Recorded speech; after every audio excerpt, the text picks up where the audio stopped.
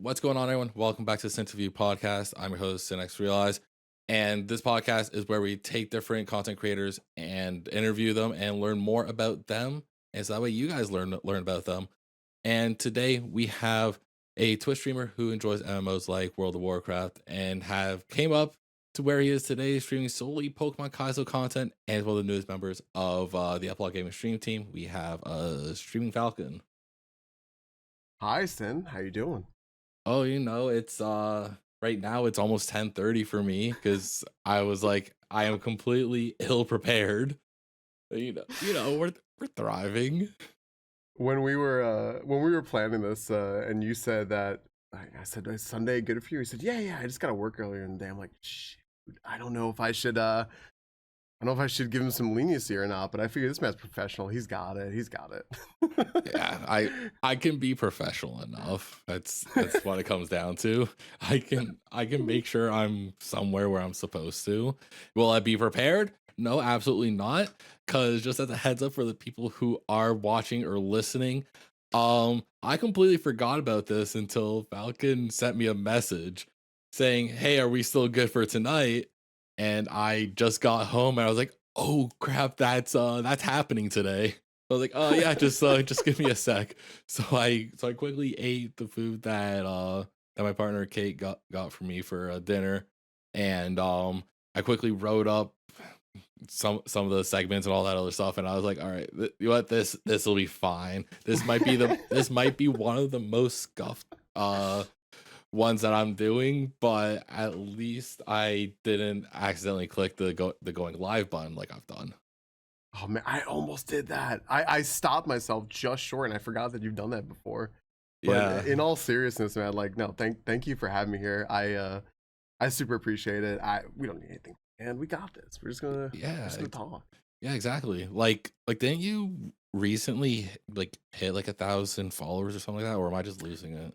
No, no, I forget what you're at right now. you're spot on. I think I'm just over 1150, but that 1,000 I think happened last month, and I remember when it happened. One of my friends was really pushing hard for me to get 1,000 and offered to do a usually streams without a camera on, and said, "Look, if my chat gets him 20 follows today, I'm gonna stream with the camera on for like 6 hours and stuff." And it's kind of representative of my little Twitch journey here. Like I feel super lucky that there are so many people backing me and just supporting me here, because it blows my mind when I think about it. But yeah, that was like a month ago, and it's keeps taking off.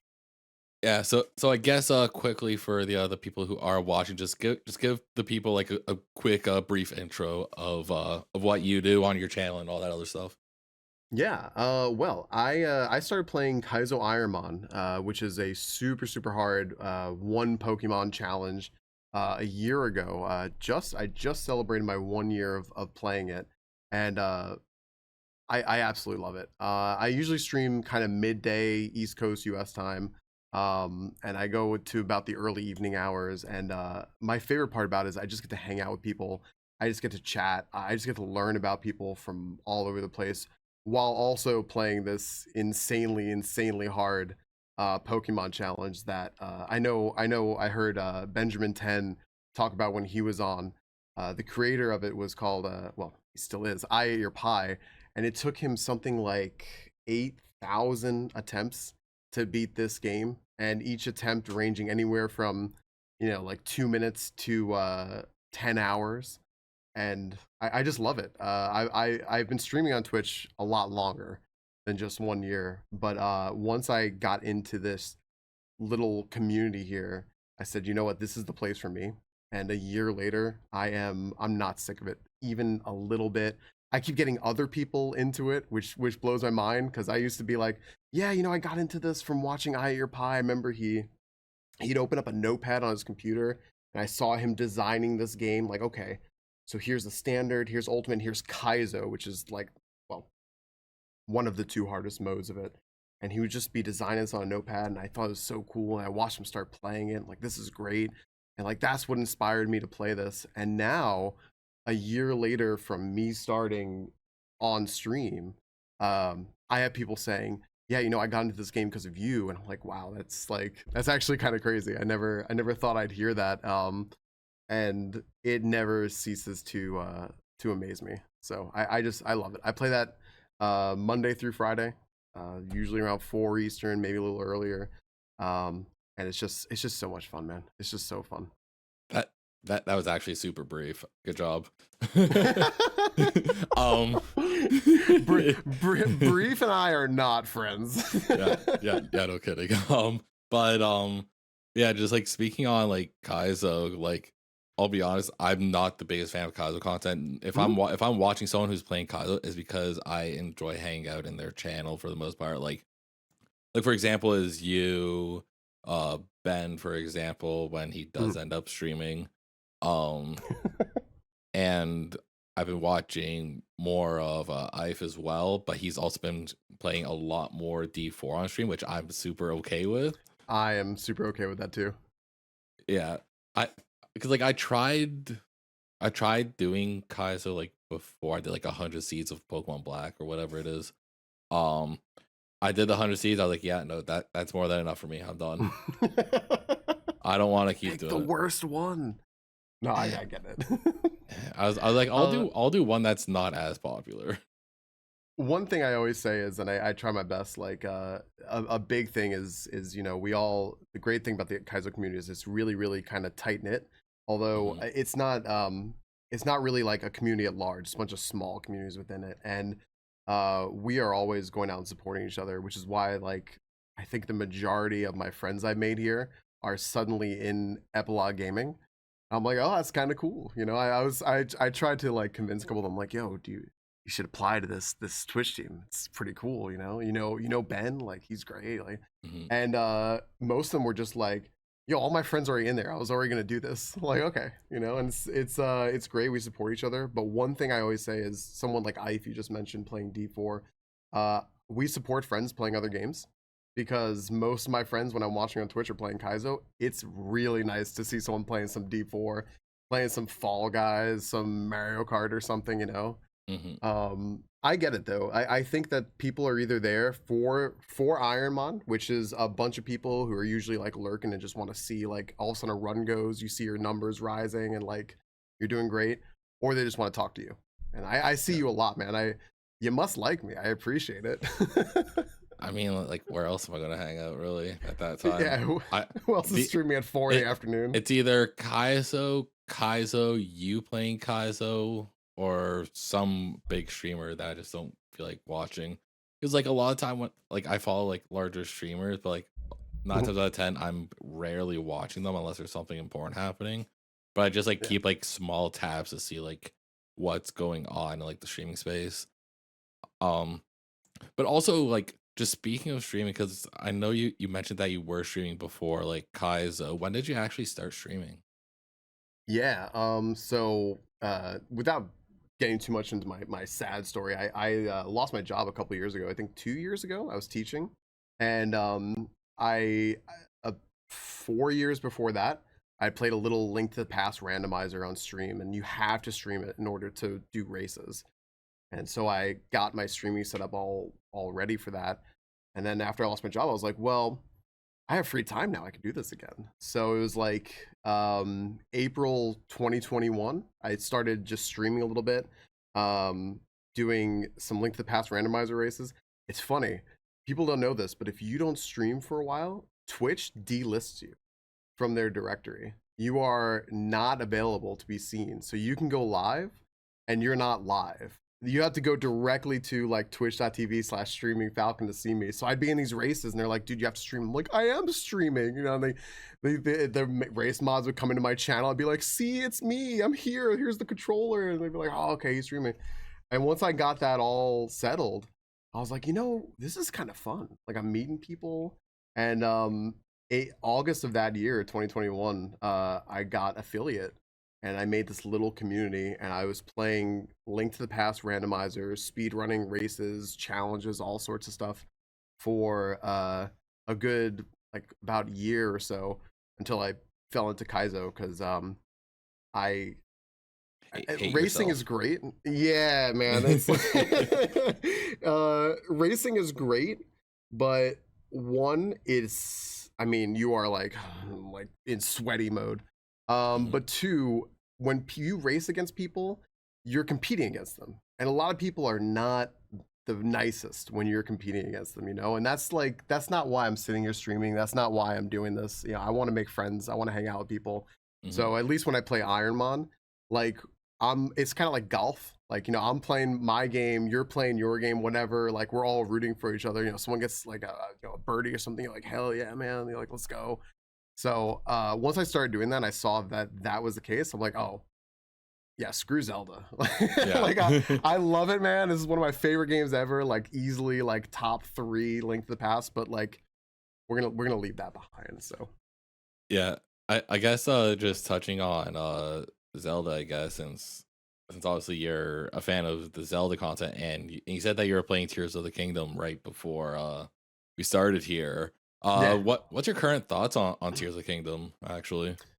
So I am I'll keep this spoiler free because some people are real slow at the game like me, but I am And me. about yeah, I'm about like 75 hours in. I think I've done one legitimate dungeon. I think my opinion on it has just kept getting better. Um I I like Breath of the Wild. I played it like religiously when it first came out. I had no urge to want to finish the game. I put it down for, you know, whenever it came out, like that a couple of weeks later until this March. And I was like, well, Tears of the Kingdom's coming out. Better beat it. So I went, I beat it. I was like, yeah, this was a good game. But man, I just, at some point, I just stopped. And I think a couple hours into Tears of the Kingdom, you start to realize that the game devs, one, they weren't deving a game that also needed to be played on Wii U. So they had free reign to actually use the Switch for however good that is. Mm. But two, they listened to what people wanted and they watched what people were doing. And even things that people didn't think were going to make it in the game, like there's some little fan tricks and stuff like that, glitches, became actual features. And I said, that's awesome, man. And just the free reign you have of that game, it's incredible. Like I'm still finding new types of activities to do in the game, and it blows my mind. I think it's absolutely fantastic. Yeah. I got the game. I think it was like a little bit like after launch or something like that. Because pretty much for me, I had to wait until payday, and I went and got that like two game voucher thing or whatever. Mm-hmm. And I was like, cause I was like, I'm not paying like $90 for a game. Yeah. Cause like in Canada, no word of lie, it's like $90 before tax. So I was like, yikes, that is not happening. So I went and got that then, and I was getting super into it for a bit. But the thing is, I probably spent like 5 hours just in the tutorial section. Um, so Same, died 3 times. I died way more than 3 times in there, 100%. Um, but then I got out of there, and I've barely gotten out of there. Like I got to like that, like the one spot there you're supposed to go and talk to what's her name, and she's like, "Oh my god, you're alive." That sort of Right, thing. yeah. Mhm. That's where I'm at. Gotcha. Oh yeah, so you have Like I'm at you the have done beginning. nothing. You have done nothing. Yeah. Yeah. As soon as like I got like out of the tutorial section, I was like, all right, I need to stop for now and just like get to work on some other stuff. And then I came back to it and I was like, oh, okay, so I gotta do this. And then I finally see the Legend of Zelda Tears of the Kingdom logo.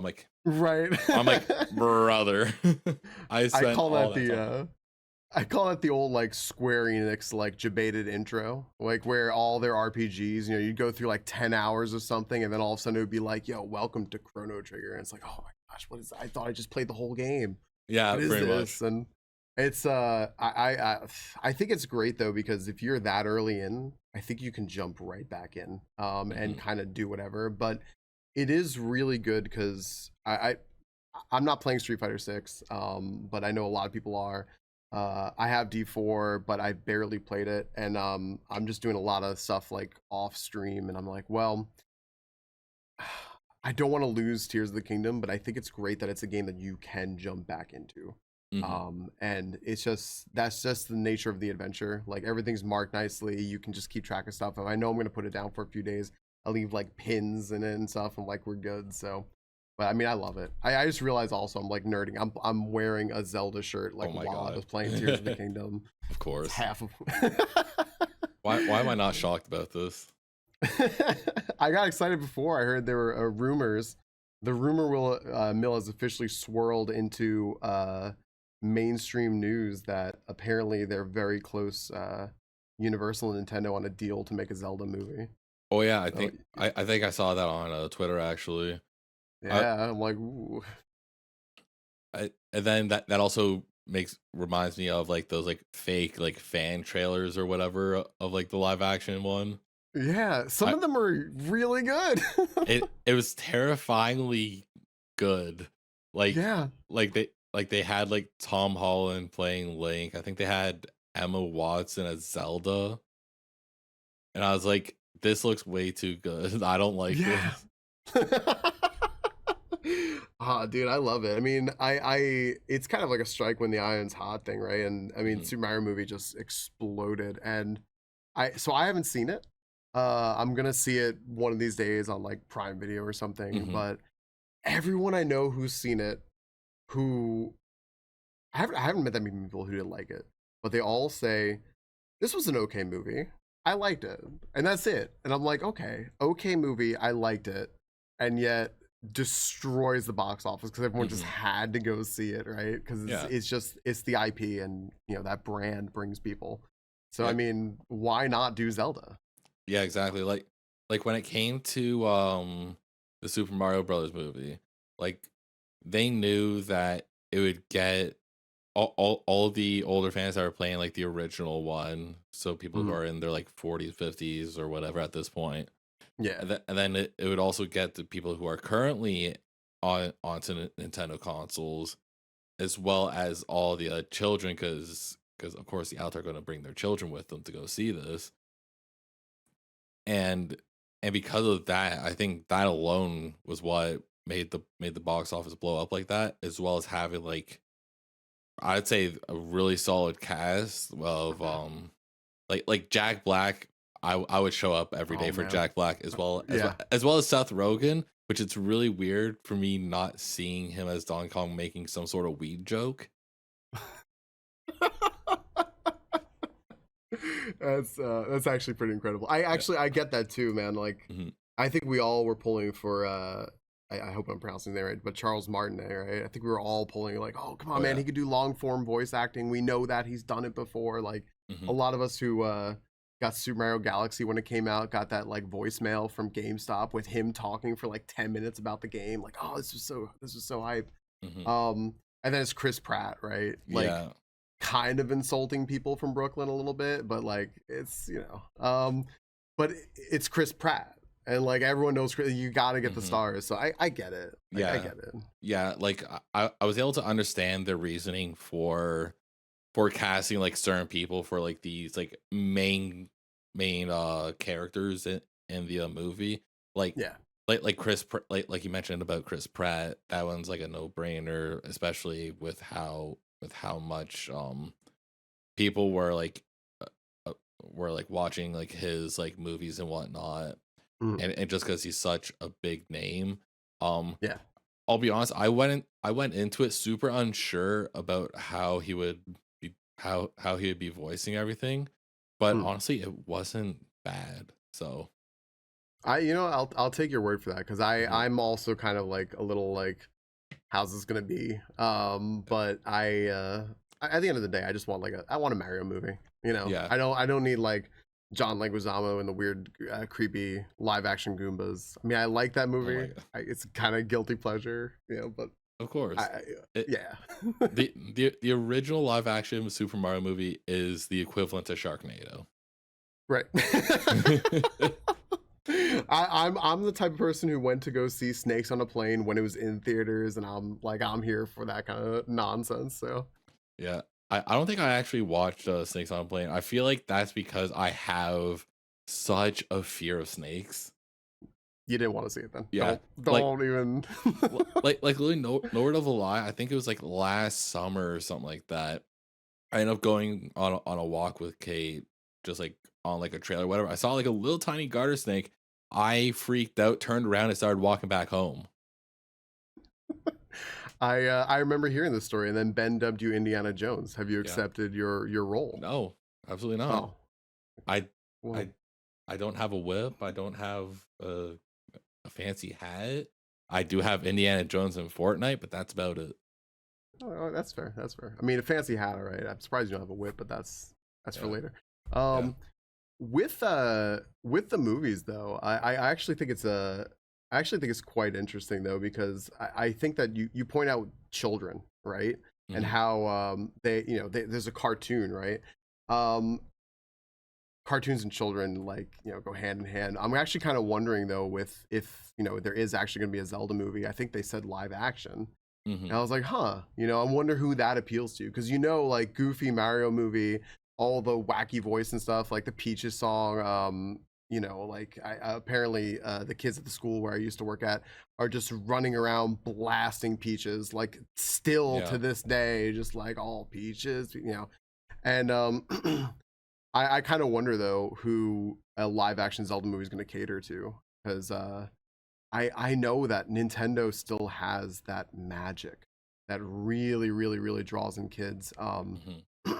I've always been a Nintendo fanboy. I love Nintendo stuff. I know that they're kind of like the basic campy video game company, but when I was working at the school, all the kids, like some of them played some PC games, like, and if it was a PC game, it was, chances are it was like Fortnite. Mhm. And then a few of them had like PS5s, a couple of them had Xbox, and almost all of them had Switch.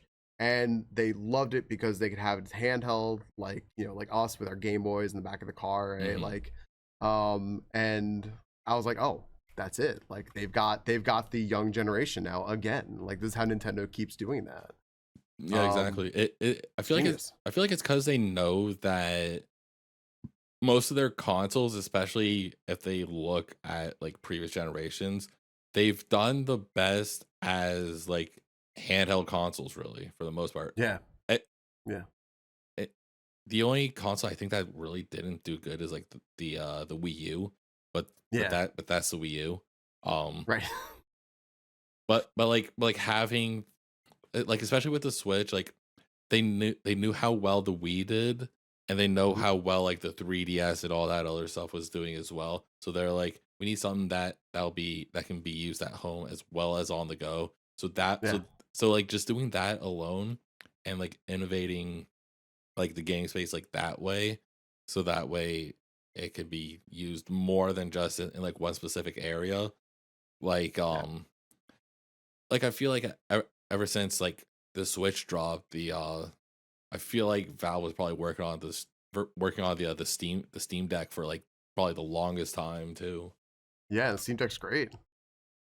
And now they've got that. When PS5 was coming out, I was like, oh man, it's like a missed opportunity to bring back the Vita, because like you see people were going nuts about the handheld option for the Switch. And I Mhm. mean, yeah, it's like the lowest form of uh I guess latest gen hardware. Mhm. But it's affordable, and like, even someone like, I mean, kids love it because they don't have to take the TV away from their parents or anything. And then, they go on trips, and it's like a babysitter in the back of the car, so parents love it. Yeah. But even me, like we're in a kind of small condo. This is my living room, that's why I have this all here. And like if I don't want to take the TV from people, I can just be like, yeah, put something on TV. I got Tears of the Kingdom in my hands, and Yeah. it's awesome. Yeah. Especially when it's like a massive game like Tears of the Kingdom, for example.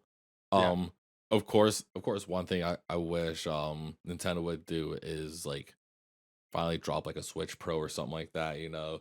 So Yeah. something that can actually compete with like the current gen consoles. But the thing is I feel like they're never going to until like Yeah. it's time for like the PS6. Right. Yeah, because I mean, they're still selling the Switch. They Mhm. sell like they have the whatever it is, the one with the better like Yeah, the OLED. screen. Yeah, I am completely forgetting what that model's called. But yeah, they have the new Switch, but it's not really an upgrade. It's a little upgrade. Hmm. Who knows? I mean, they do their own thing, right? They play by the beat of their own drum.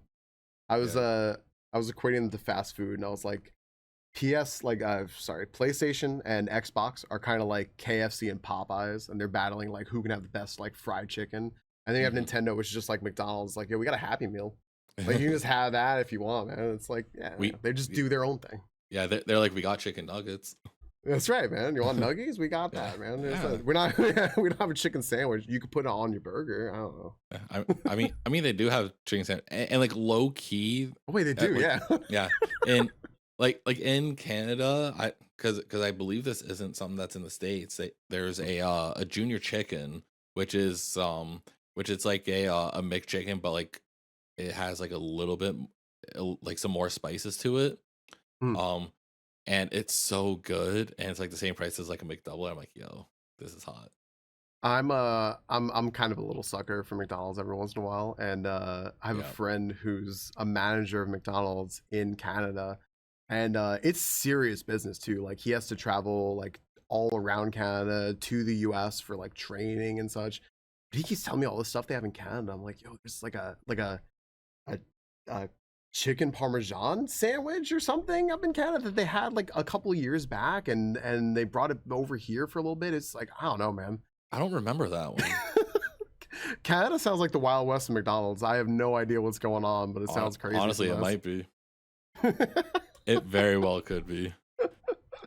But if But but if I had to pick like a go to like fast food chain, it'd probably be Wendy's. Honestly, what about Wendy's specifically? Wendy's nuts in your mouth. I mean, the door was wide open. I just walked Yeah, right into it. you really did. Oh man, this is karma too, because I got someone with Goblin last night. I was like, "Yo, had you considered Goblin?" And yeah, it was right. Yeah. Wow. But like on a serious note, my favorite actually is Wendy's. I just saw the opportunity and I had to take it. I'm not asking you why again. Though. That was it. Yeah, It's the only time I cared. but yeah, but for real, what with Wendy's, like my go-to has always been like the Baconator. I find their fries have always been like relatively solid. Um, I just think like their burger game is like fire. Yeah, the little square, like Yeah, fresh, never frozen. Like, yeah.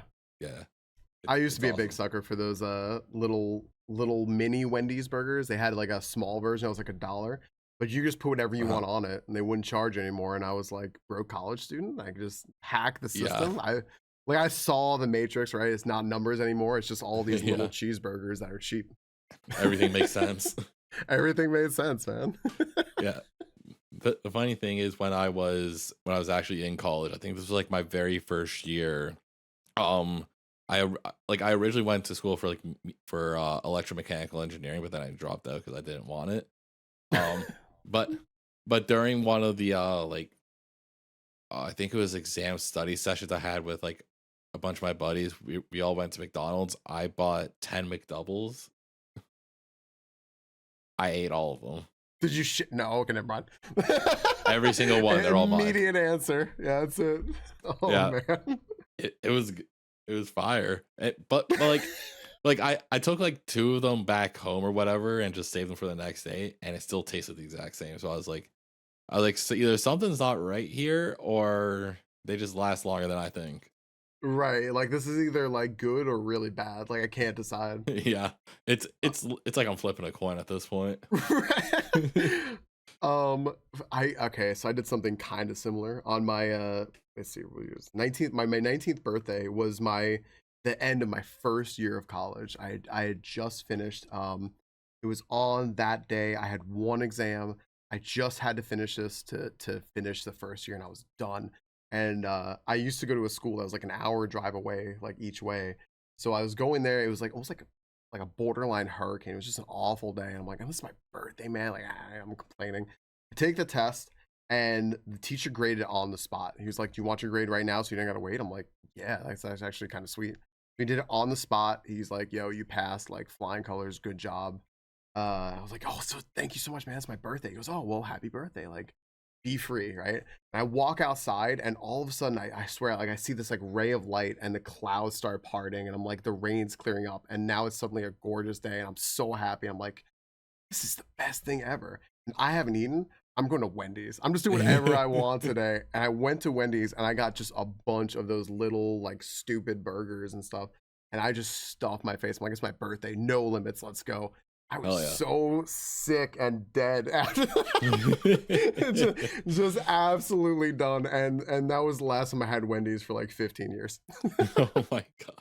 Yeah. But the Frosties are good. I think that's something that I actually never really got into, was their Frosties.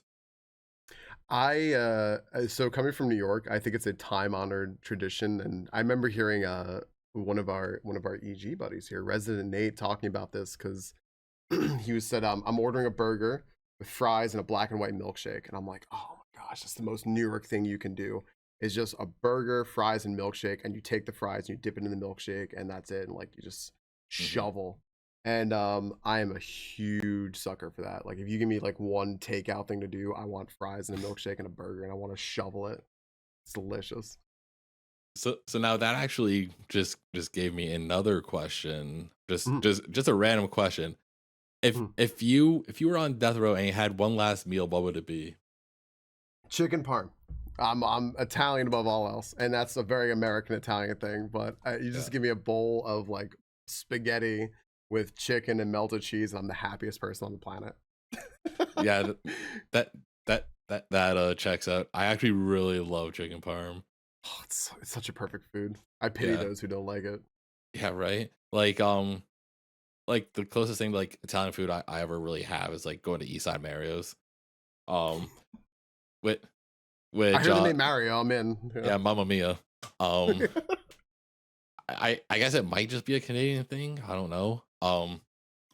But either way, like they like it's mainly like just like Italian food or whatever. Whenever I always go there and I get like a chicken parm or something like that when I go. And I'm like, bro, this is so good.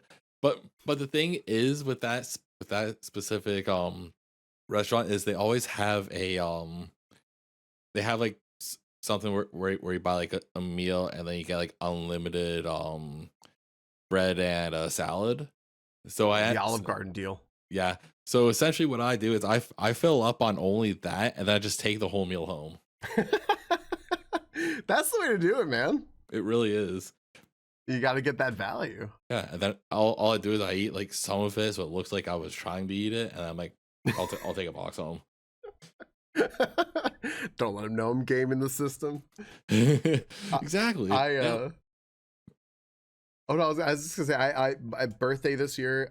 What do you want to eat? I'm like, yo, chicken parm. We got chicken parm. Like I won Kaizo. Yo, you want to celebrate with chicken parm? Yeah, chicken parm. You know, like that's my MO. Although I find it hysterical because I mean, this is like coming from New York, like the land of my people.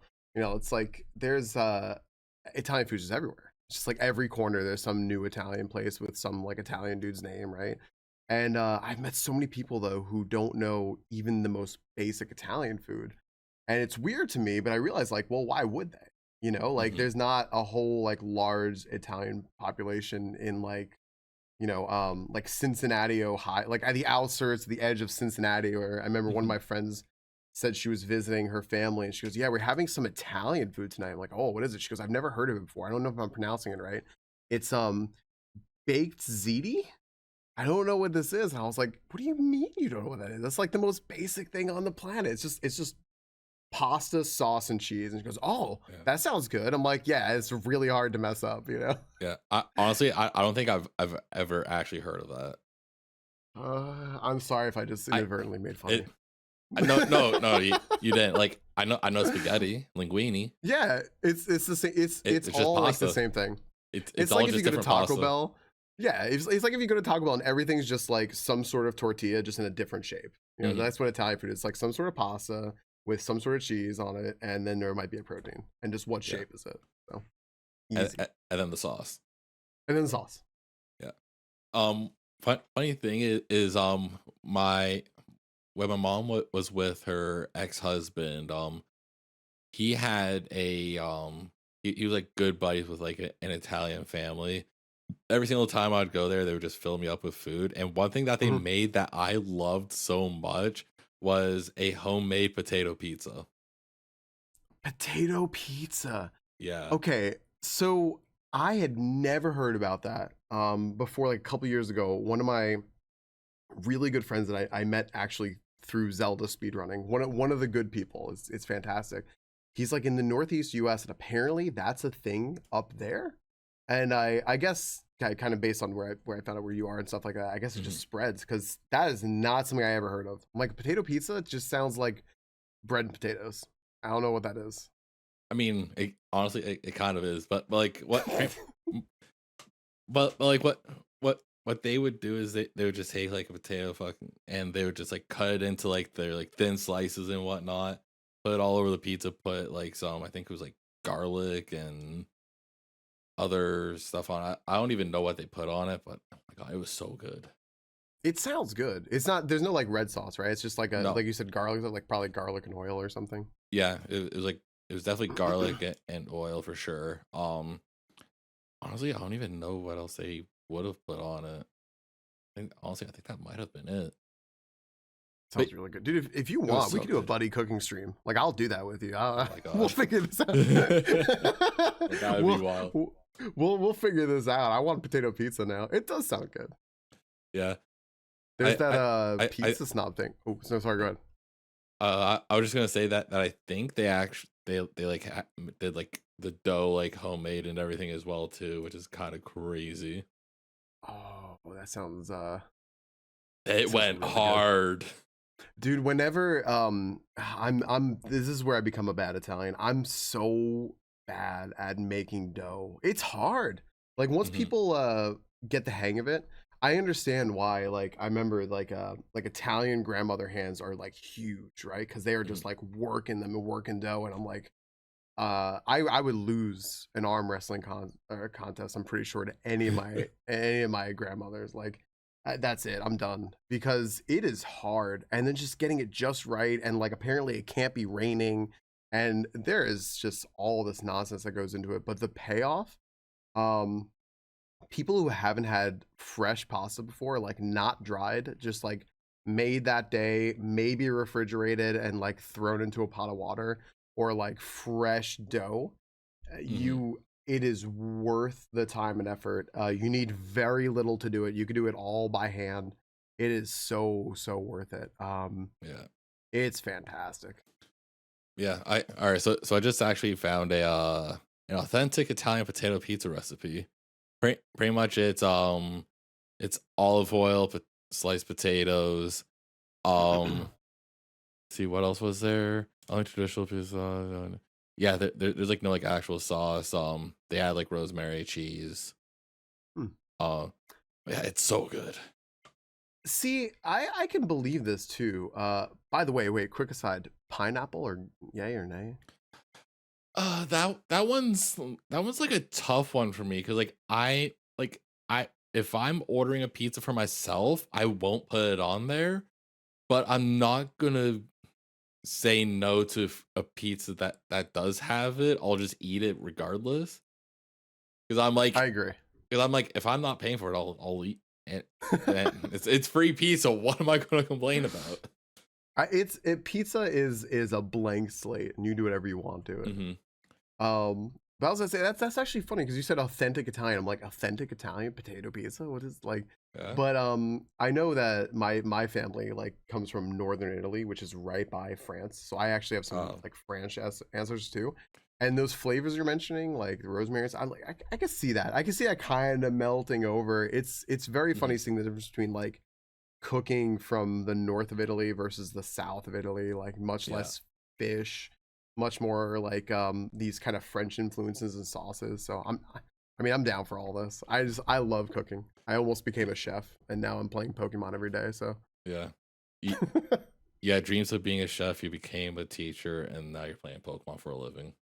yeah, I wanted to be a chef, and then I took a psychology class in high school, and that sold me on psych. So I got my bachelor's and my master's in counseling. So I am a counselor. Awesome. But I'm Free not counseling. right. That's what everyone says to me. I'm like, TOS. I swear I'm not your counselor. Mhm. You know, and then I just kind of fell into a bunch of like different jobs because I was just helping out with things. Mhm.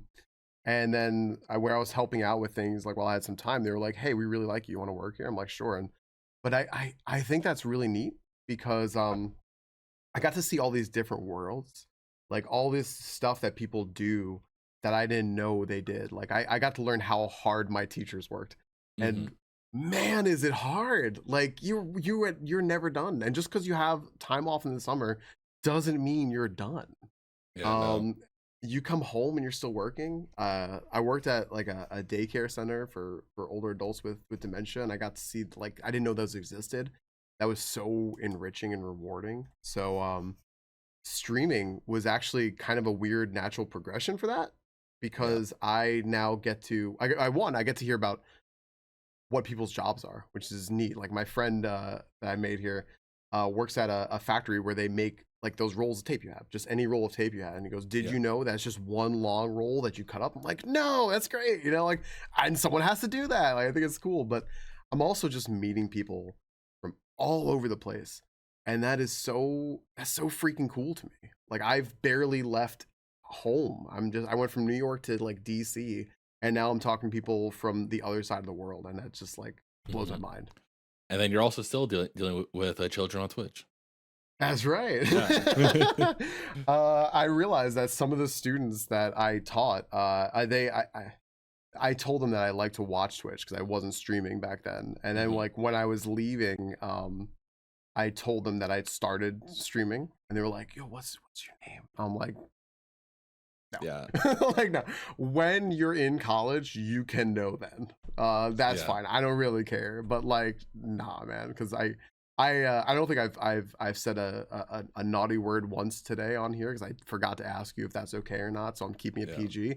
But not on my stream. I'm just you know, curse words are like commas in New York, so Yeah, true. Like which also, by the way, I am fine if you swear. I really don't care. hell yeah, I normally just try to like keep it to like a minimum personally. yeah, yeah, Like especially when I was growing up, I grew up with like people with like trucker mouths for the most part. Every other yeah, word what was an F bomb. yeah, And yeah. and then I realized how much I was saying it. And then especially when it comes to like stream and like working with other people, I'm like I need to be able to handle how I'm talking to them without just always dropping like an F bomb or swearing or anything like that. So I've like been reeling it back for the most part, but every now and then I'll just drop one just for, the hell of it. Yeah, I would actually teach the kids this because you know I was working with grades 6 through 12, and it's a really small school, so you knew everyone, and like you know, there's the kids that are growing up, they're like all of a sudden they learn a swear word, and they're just like, I want to say it like whenever, right? Hmm. And I told them like I'm not against you guys like swearing or whatever, right? They're just words, you know, as long as you're not using them against each other, like whatever. But learn the value in the emphasis of one of these words. Like I taught a government class, and I'd be like, teach them about the prison system of the U.S. And I'd be like, and isn't that some like bullshit? And they'd be like, oh, it is. And I'm like, yeah, emphasis, right? Yeah, You can't wear it exactly. out. Yeah, if you just throw it around everywhere, it loses its value. Yeah, you've got to have the nuance. So I try to watch myself because I think teaching did teach me, like I was online during the height of the Hmm. pandemic teaching, and I'm like, you know, I'm used to sitting here and swearing like you know all day, but I was like, well, okay, I have a switch now, I can turn it off. So Yeah, thankfully, I think when it came to me, like working in customer service did end up helping me out with that quite a lot. yeah, Because obviously you can't just be dropping F bombs in front of customers and whatnot. The only time that I will maybe swear in front of a customer is if they swear first. right, right. Then you kind of get like a dude moment. You're like, yeah, you know, like, dude, Yeah. this is okay, all right, Yeah, yeah, yeah. I'm like, all right. I see that the line has moved from me being family friendly to being PG. Okay, how much farther is this gonna go?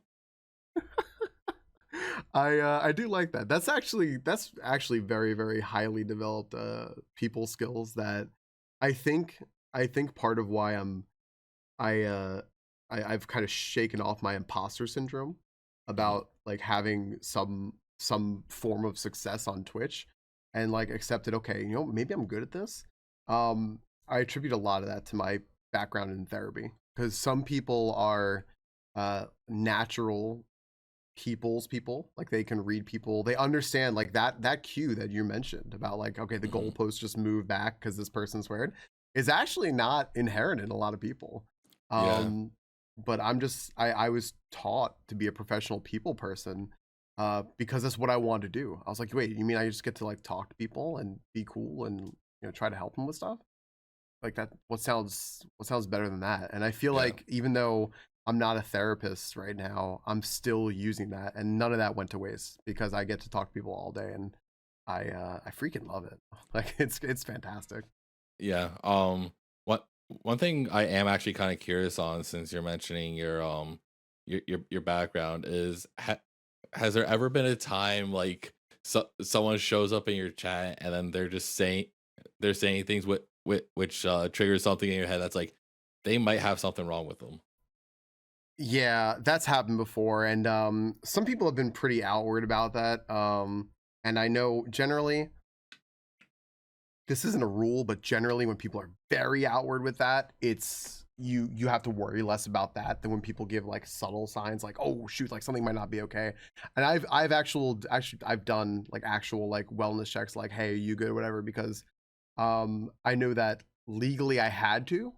I don't know if I still legally have to or not, but like Hmm. for humanity's sake, I'm like, are you good? Like you okay, whatever? And I mean, I have like a mile long list of DMs I'm backed on upon where I'm just talking to people because like not about like, hey, I have a problem, like can you fix this or anything like that, but just like little conversations because I think it's just inherent in me to want to talk to people and try to take care of people. Like if Yeah. you're a caregiver, that's just what you want to do. And I realized like today, I haven't seen one of my friends in a week, and for all I know, like she might be on vacation, and I just completely forgot. Hmm. But I'm like, I want to like check in. Like, are you good? Like, are you okay? I haven't seen you in a while. But yes, so some people come in and I mean, you get like that could also be like the troll crowd walk in when you just go like, all right, I'm just gonna try to figure out what's wrong with this person. Like, why would you Yeah. even be like that? Like, why are Yeah. you like this? So I yeah, you can't turn that off. yeah. Um. With that sort of background, it kind of like just reminds me of like the I think he's like a streamer, YouTuber kind of person, Dr. K. I don't know if you've Hmm. heard of him. But Not off the top of my head, no. like he normally like has like kind of like live therapy sessions, I think, with like other like larger like streamers and whatnot, and like digging like deep down into like their head on like what makes them think like a certain way. Like I think he recently did one with Ludwig and was mentioning and they got on like the topic of like how frustrated he gets with like Valorant and stuff and having bad teammates. I actually think that's very cool. When I was in school, we talked about like public images of psychology and like what it is, the whole like sit down on a couch and like tell me about what you think about your mother kind of thing. And that's Hmm. not generally what psychology is. Like the most common psychology question I get asked is, what do you think about Freud? Right? Because that's like the Oh yeah. pop culture, like godfather of psychology, right? Hmm. Um, and people don't realize what actual psychology is like. One of my professors said once that the show, I don't think it's on anymore. It was on HBO like a while ago, called In Treatment, was actually a really accurate representation.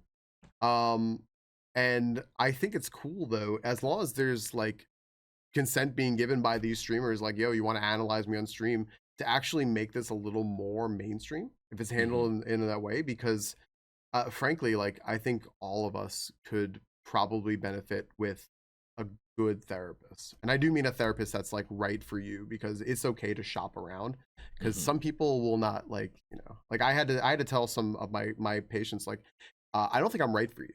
but I think that this person might be, and you like, even though it looks good for me to have more people, that's not good for you, and that's not why we're here, Mhm. like, so hooking up with the right person to talk to is so good. And if that makes it more normalized, I'm all for it. Like, I'm all Yeah. for it, man.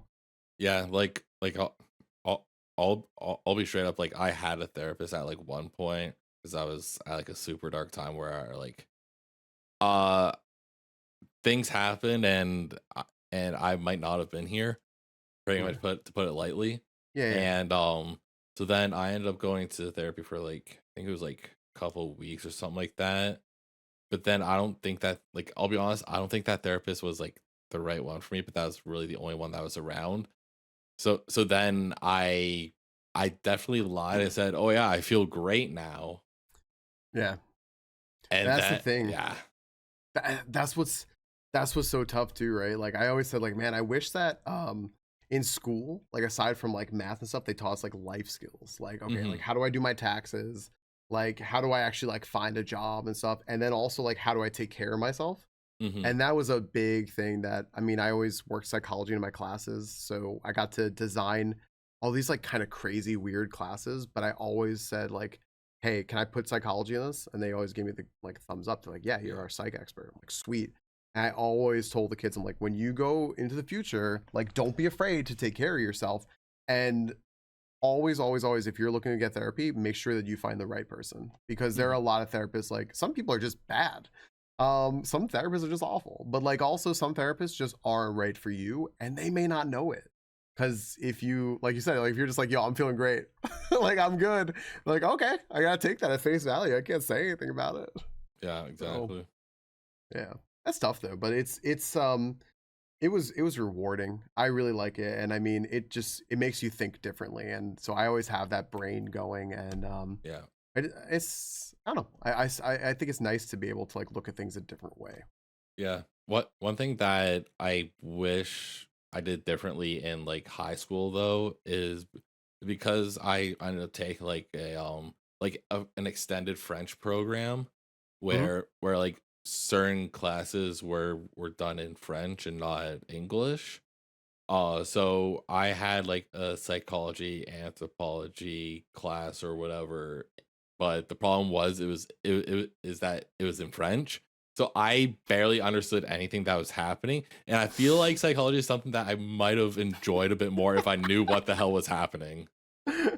I think it's something like we always used to call it the Me Too degree. Like, I majored in psychology. Really, me too. Like Hmm. everyone kind of took psychology at one point, and a lot of people majored in it, but it was just different stuff. But Yeah, yeah, man, you get a good psych teacher that actually teaches you not just theory, but like the nature of psychology. It's yeah. it's cool, man. Like, it was actually just really fun, and I was like, this is great. Like, and it's super rewarding to learn. So. Yeah, pretty much for like the program, there was like each year it would rotate between like a certain set of classes, but there were mandatory ones that had to be done throughout high school anyways. Mm. Which the psychology, anthropology, whatever it is technically a grade 11 class, but I was doing it in grade 9, so that also didn't help me. When everyone else who wasn't in that program just doing regular English stuff, they were doing geography at that time, which I wouldn't have ended up doing that until grade 11. But then I ended up doing that in grade 10. I was a grade 10 kid in a grade 9 class. I felt like an idiot sitting in that class. I was like, I don't know a single soul in here because none of them are in my are like in my same grade. So I'm like, what am I doing? So I just sat there like trying to just do my work. It's just miserable. It I was. we High school sucks. High school does. I said this all the time, man. High school sucked, and honestly, like, when we got through high school, college was like nothing to me. I was like, Mhm. oh, like, I got like free time. I got to kind of get do what I want. Nobody's policing me. I have like entity over this and stuff. Like, wow, Yeah. this is great. And high school sucked though. I remember when I was going into high school, we had to take these tests to see if you were gonna place in the advanced classes Mhm. or not. And the way the teachers proposed to us, was they said, yeah, only like in your whole grade of 200 something people, only like 20 of you are going to get into this. So, you know, you might not be with your friends in any of these classes anymore or anything like that, but it's going to look good on a college resume. And I was like, whatever, dude. I'm like a young teenager. I don't give a damn about this. I just want to be with my friends. And my friends are not getting into these classes. So I tried to bomb the test. It's like, what's your favorite animal? I'm like, I got this. It's the ant. Ants are great animals. They're so strong. Have you ever seen an ant carry something like 10 times the weight of its body? This thing's great. I'm like, I'm definitely failing now. So I got into the class. And I was like, what am I doing here? And then I found out the teachers had no idea what they're talking. Like everyone got in. I was like, oh, okay. And they were my friends. We're still in classes. Like, all right. Yeah. But being isolated like that, oof, that sounded high school sucks, man. Yeah. I'm sorry. Like honestly, like high school was like my least favorite time for school in general. Like once I hit college and stuff, like exactly like you mentioned, like the whole having free reign stuff, like it feels so good to not be limited and being like people being like so strict, being like, oh, you have to go do this, you have to do this. But no, college, like they treat you more like an actual human being, which was the biggest thing for me. Yeah. I started out at this one school. It was I thought I was gonna go pre-med. So I went to this one school and I had more choice. It was great. I really liked that, but it was kind of big. And I didn't feel like I felt more like a person, you know, removed from high school and now I'm in college, but still kind of like where am I? Because I'd go to this class, it'd be like 400 people. If you had to ask a question, you had to like ring a buzzer and then they might answer you. And it was just nuts. And then I swapped to this small school and it was the best decision of my life, probably. Like I ended up staying there, finished my degree, got my master's there as well. And like small class, like my whole graduating class, we were the first ones in this program and there were 12 of us.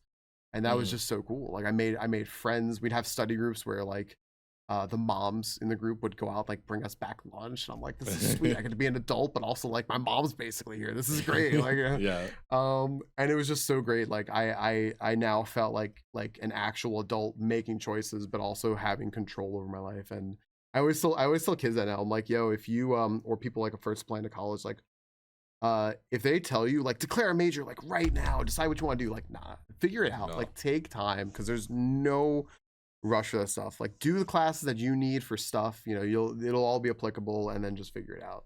It's so important to take your time and actually think. It's like in those early years you're so rushed. But yeah, exactly. Like pretty much how I was taught from like going from like high school to college is that I had to go immediately into college after high school, which you don't have to. I don't. Yeah, because I was like, all right, I don't know what I want to do, but then my mom's ex-husband was like hyping me up over the electromechanical engineering program, and I was like yeah, sure, whatever, I'll go into it. And I came to the realization after about one semester, I was like, this isn't it for me. So then, and my mother didn't want me dropping out. So instead, I just didn't go to the classes.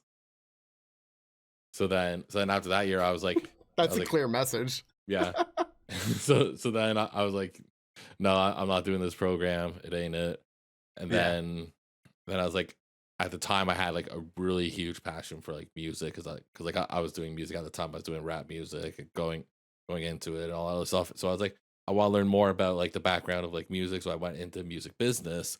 Did that whole program for 3 years. I enjoyed it, but I made the dumbass decision to move from Ontario closer to like the Toronto area where everything's happening for it, all the way to the middle of nowhere in New Brunswick, where there is nothing and no one believes this time zone actually exists.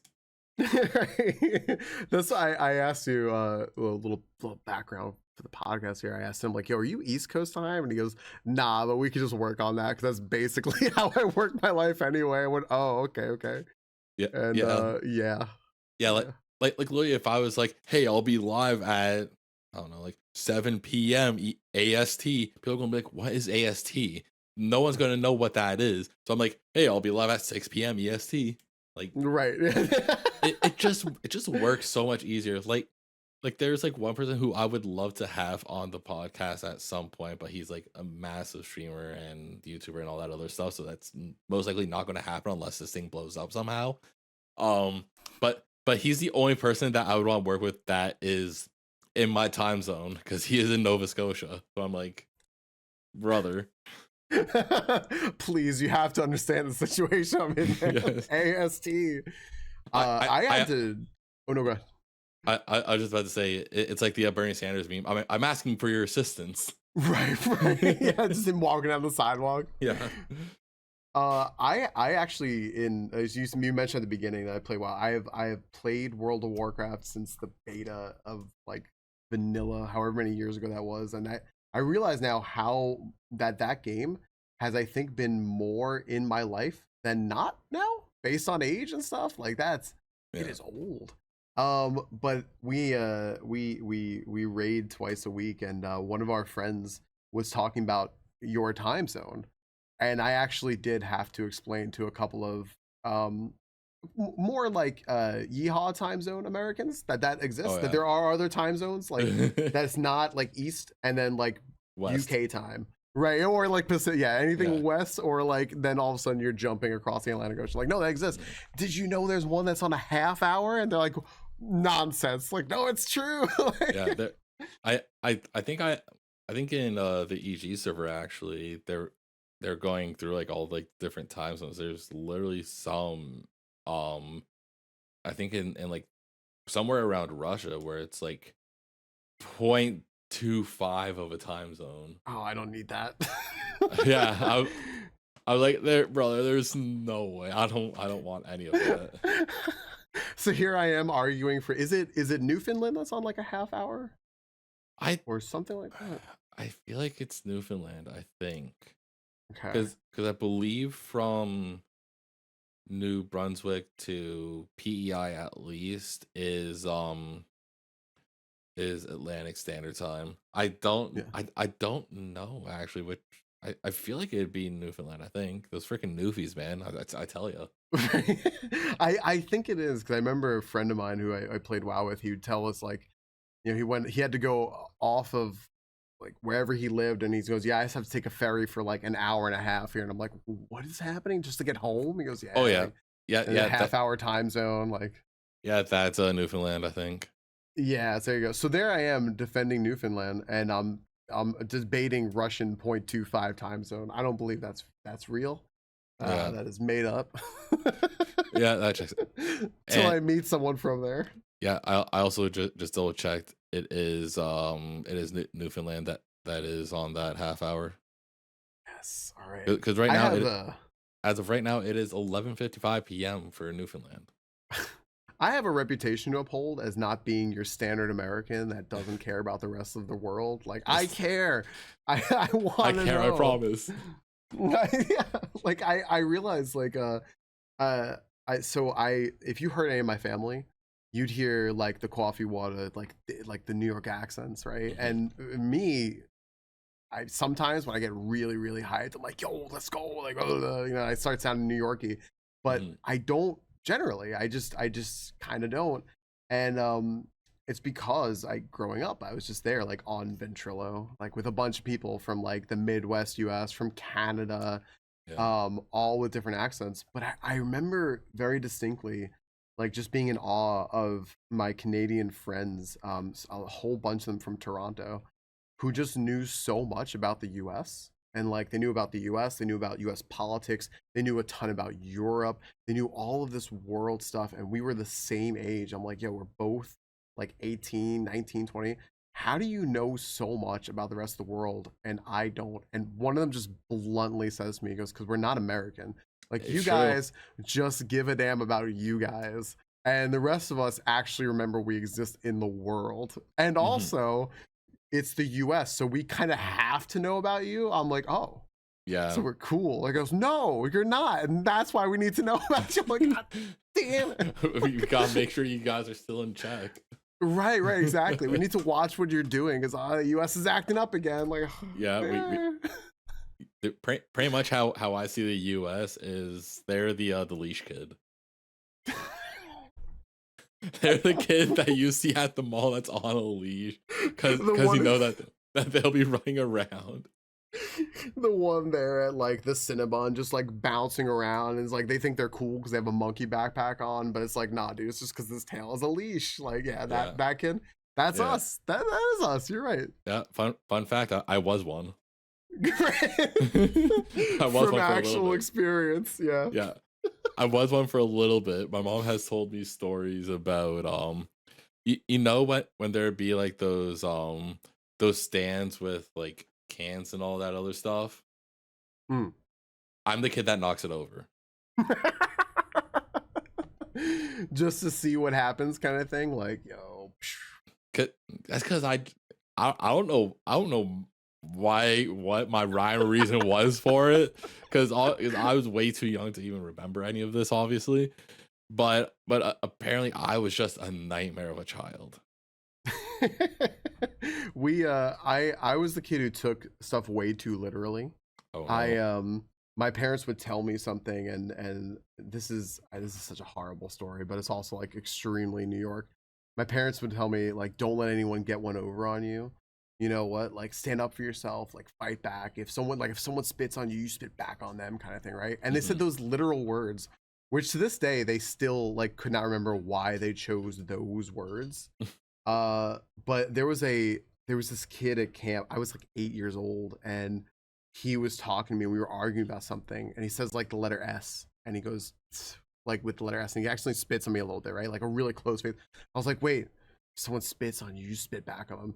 So we just start spitting on each other. Just like these stupid little 80-year-old kids, like like just spitting on each other, and we ended up in the in whatever the camp counselor equivalent of a principal's office is. It was a 90-degree day, and we got ice cream inside. So I mean, who's laughing now? But, Yeah. You know, it's just I was just, oh my gosh, man, I was just such a literal kid, and I look back at this, I was like, dude, like you did well in school, but you were dumb. Like, what were you doing? Yeah. Every single time I hear someone talk about like taking things so literally, I immediately think of like TikToks I see that are like, you're probably on the spectrum. Yeah. I've made that argument before. I'm glad that it's a spectrum, because I think somewhere we all fall, and it's just where you fall on that. And I think that's really nice, because it makes things more, again, we go back to normalization. It makes things normalized. But it also gives you a way to kind of figure out like, you know, what's going on. It's a good explanation. Yeah, every single time like I'm scrolling on TikTok and I'm like, hey, I did this, and then I look at the tags and it's like #autism. Right.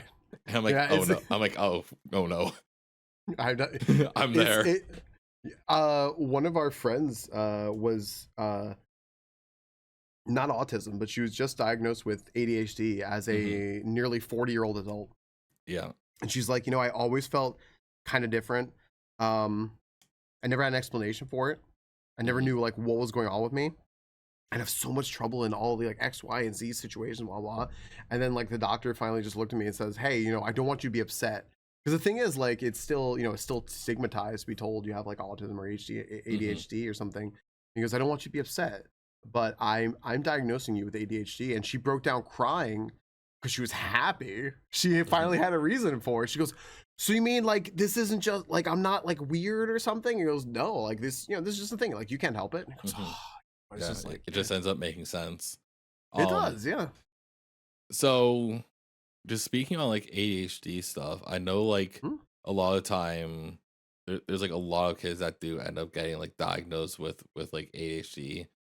Do you think that there's like a certain time frame where they're just being kids versus like, oh yeah, they're acting, they have like ADHD, do you think it's something that they should be getting diagnosed with later on, like when they're a bit older, like maybe middle school or something like that. Because like I've heard stories of people getting diagnosed with it like before, like I don't know, like just like starting school and stuff.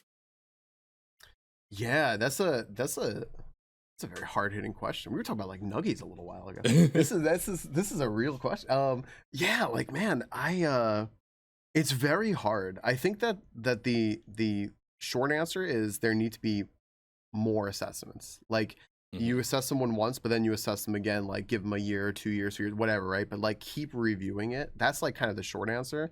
Hmm. Um, the longer answer, without being too long, is that it's kind of a judgment call. Like, yeah, there are markers, and it's a lot is changing, but it is a bit of a judgment call. Um, Girls were criminally underdiagnosed with things like ADHD and such because they were taught to, just behave, like, just act like a Hmm. little girl, right? And then boys were diagnosed either properly or sometimes overdiagnosed because just Hmm. like because they're just boys being boys, allowed to be rambunctious, and Yeah. just kind of society kind of messed up those diagnoses. So then all of a sudden when people started properly getting diagnosed with things like ADHD or even like autism and such, it started becoming a whole thing like, well, where is this coming from? It's like, dude, it was always there. It's just, Hmm. you stifled little girls. You just chalk this up to boys being boys instead of actually like looking at the individuals and being like, maybe there is something there. So I Hmm. I think I think actually bringing it out more and the increase in diagnoses and stuff like that will hopefully lead to taking it more seriously, coming up with a better way to actually diagnose it, and keep reassessing. And not just being like, yo, here's your label, here's your prescription, and move on, and I'll never see you again, kind of thing. Hmm. So I don't know if there's a good time. I'm not sure when, but I think that as long as you keep looking at it, then whenever you start is probably okay. Yeah. Cause that's been something that like I have like thought about like previously. It just it like especially like there was a it's gonna be weird just referencing this, but there was an episode of Family Guy, right? Perfect. Yeah, where Stewie got diagnosed with I think it was ADHD. It might have been ADD, who knows? Mm, But like he's like in the show, he's like a two-year old kid, and he's just like right off of the Ritalin and stuff. He's like, I feel right. great. Yeah. Give me a second to uh, blink. right. I mean, I think South Park did that a long time ago too, also, where they They, had they, like they might have, yeah. the kids didn't. I think it was the kids. I think it was ADD. It was like the kids didn't want to read because they were Hmm. just kids, but they were just kind of making fun of like parents freaking out, being like, "My kid doesn't want to read." Wow, and they must have, they started Oh giving all the yeah, kids Ritalin and oh such, yeah, I and it's remember like, that. and it's funny because it's like at the time it was kind of poking fun at how much the surge in like my kid must have something wrong with me, Hmm. which is, now you look at it, it's like, well, that's not the it's not the worst way to look at it, but sometimes kids are just kids, and sometimes there is something that they can get help with. It's such a fine line though. It's really Hmm. hard. It's really hard. It's just, I think the most important thing is just like just do your homework and like do your work, and if you have kids or like, or you're an adult and you're like, maybe there's something going on with me, just do your research, do your homework, and you know it, we can figure stuff out more. But it's hard, man. It's hard. Yeah. Like a lot of those things are like always like just like super hard to judge, like because like because like parents and like other people who are like professionals in whatever field might not necessarily know like what's best for like whatever child it may be. Because like I know as well that there has been lots of like stuff, especially like very recently, like the past like couple days of this recording of just a just example of recently NickMercs has been in hot water because I guess he made some sort of comment towards like LGBTQ being learned in like schools and whatnot. Because I know Right. that because I know that that's been where people have been like fighting on at this point, where it's like where when is like how young is like too young, and I know like a lot of them like especially like the louder minority are like, oh, it's like groomer stuff and all that other stuff, Right. which I really don't think like that's that's at all what's going on, because like I've seen drag shows and stuff and like they're all fine. Like Yeah. I personally don't see a problem with it. So Right. I'm like, but like maybe it's because I don't have the mindset of like being a father at this point in time. But like people's I feel like people's mentalities do change like just based on that. Um, I mean, I actually live in I think it was like statistically the most like liberal part of the U.S., right?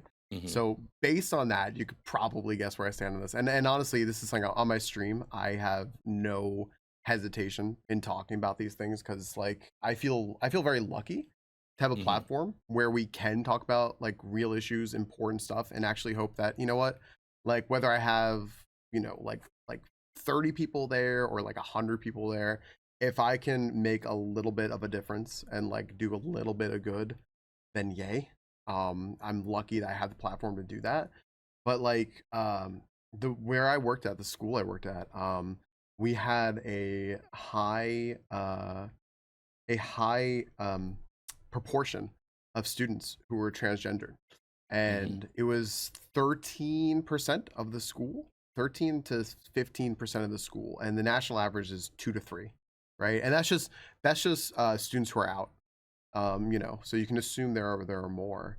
And the reason for that is because it was a really small school, like 120 students, grades 6 through 12 total, and it was a place where those students like knew that in public school they would have been left behind, so they came to this small little private school to get more attention, to actually be like have their voice heard, to actually have teachers learn their names, and they got to just be themselves.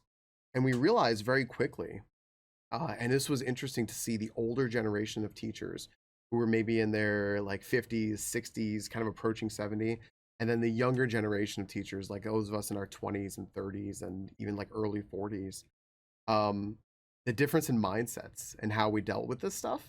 Hmm. And everyone was okay with it. They were all like, everything's kosher, everyone's on board with it because they would not have been there if not. It was an extremely like liberal school.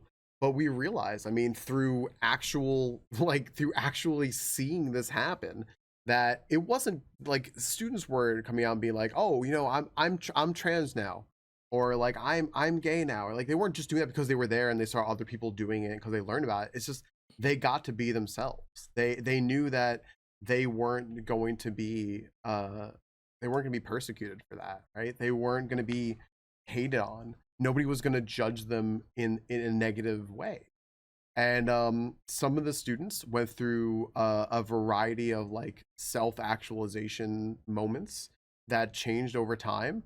But then a lot of them would come back years later, and they'd be the same person who left high school. And it wasn't just like, oh yeah, when I was high school, like when I was here, like I was just trying to be like everyone else. Like no, it's like this helped me be who I was. Thank you. Because Hmm. we're starting to see like just so many people are not uh in that like that cisgendered heterosexual norm. You just uh I think the problem is if you stifle that stuff, then you're gonna have people with so many problems because they never actually get to figure out who they are, and they Hmm. just think I'm weird forever, and that leads to so many problems. It just leads to so many problems. Yeah, like that's one of like the reasons that I don't see a problem with it being like talked about like in schools and whatnot, because regardless, kids need to understand how they're feeling, and like if their sexuality isn't necessarily like straight, like whether they're transgendered or gay, bi, or anything else along those lines. Like Yeah. it, they, I feel like that's something that should be generally just talked about more for the youth. Um, but I do like I'm one of those people that does see like both sides of the coin for the most part, but like in like a more like general sense, not like super far towards one side or super um you know so like part of me does see why some people might not want it like in schools. Like maybe I can understand it if it's like they're in like elementary school, but like when it comes to like people learning about like sex ed and all that other stuff, which I think mine started like I think it was like grade 4 or something like that. Yeah, that's Like when ours started. It was odd. yeah, exactly. I'm like, what's this? Boob? Yeah. Booba, Yeah, yeah. pretty much. Yeah. And so like I would say like probably like around that point in time would be like time to like start like introducing it, like if it is like that sort of thing, like they don't want them learning it too young, let them be kids, all that other stuff, you know.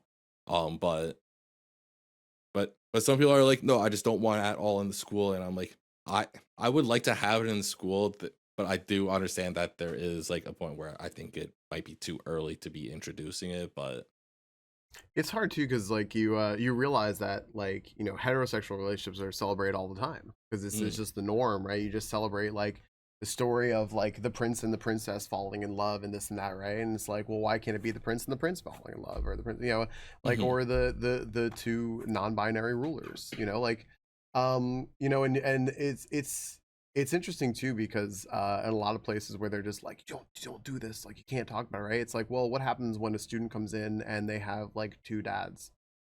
Like mhm, then what do you like? How do you? yeah, exactly, Um, so it's I think it is important to understand both sides because I think with any argument, it's very hard to make a coherent, reasonable argument unless you understand what the opposition is saying, yeah, or just not even necessarily an opposition, just what somebody with maybe dissenting opinions from you has to yeah, say. exactly, But can I make a quick segue?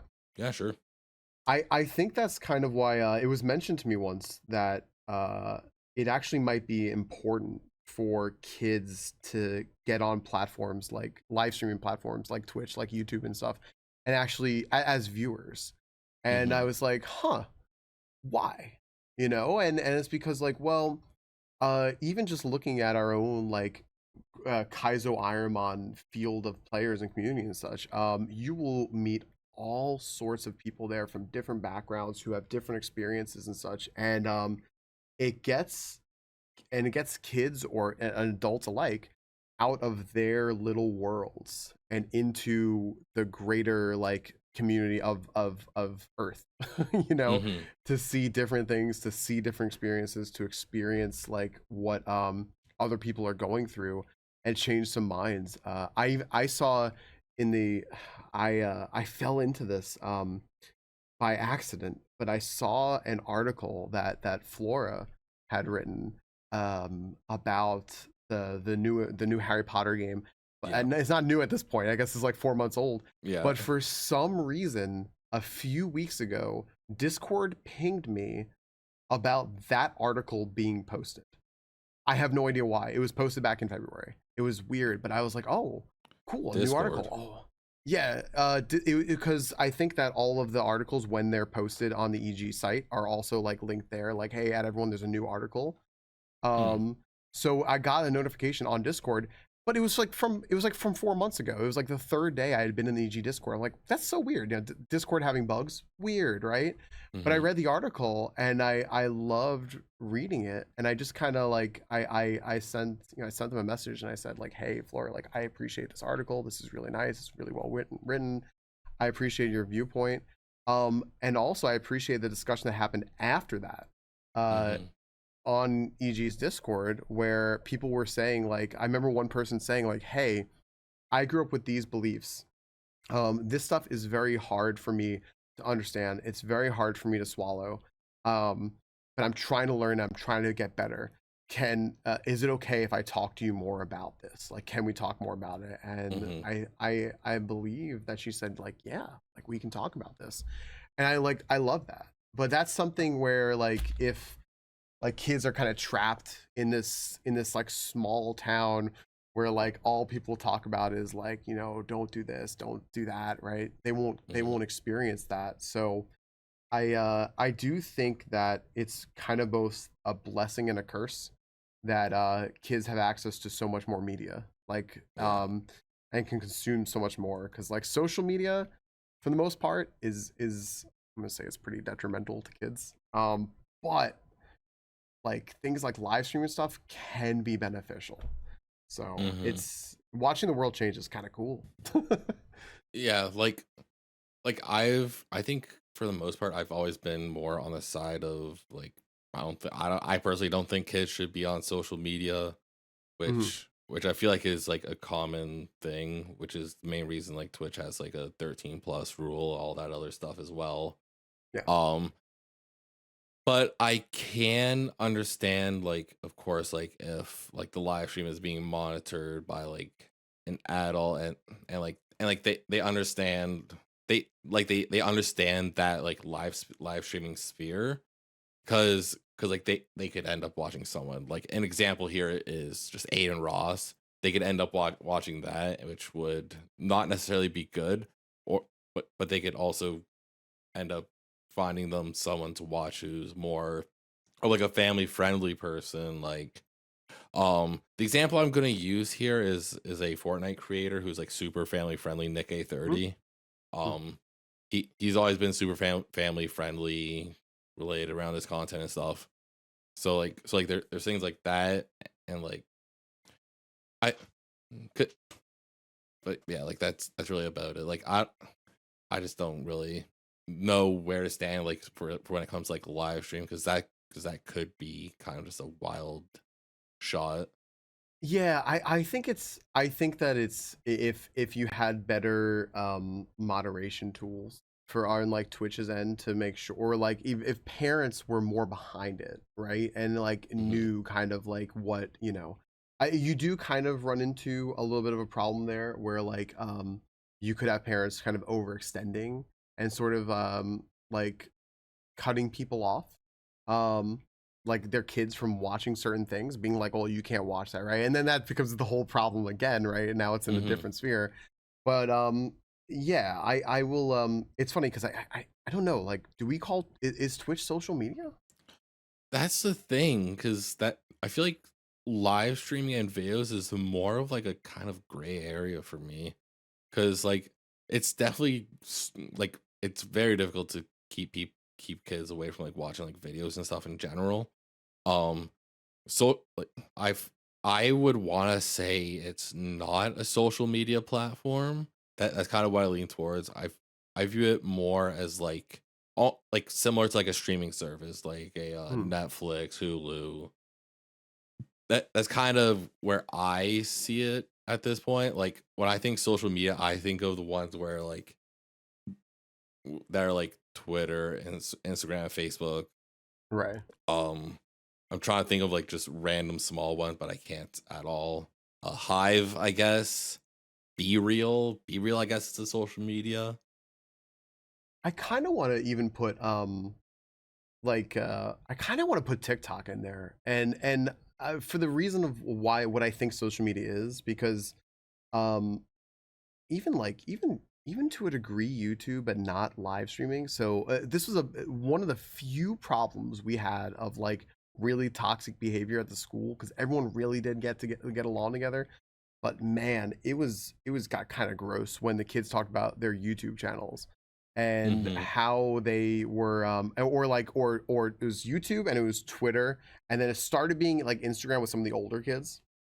Um but man, they would just get into fights about it. They would just be like, "Well, I tweeted something and someone didn't write back, and they didn't even Mm-hmm. like it, or they didn't retweet it." And I'm like, "Yo, what's going on?" Or like, I posted this video and it got 100 likes. I'm like, "Whoa, dude, you're in sixth grade. How are you getting 100 likes on a video? Who's watching this?" It's like something about her cat meowing. I'm like, "My goodness," but like they took it so seriously, and to me it was just like, this is all social media, because it's essentially like I'm putting out something out there, and I'm not necessarily expecting a response. Mm-hmm. And versus like where live streaming, and I guess this is kind of like not the case with like really big streamers. You know, they can't respond to everything in chat, but there is at least some interaction kind of Mm-hmm. going back and forth. And that to me is like a little bit of a difference there.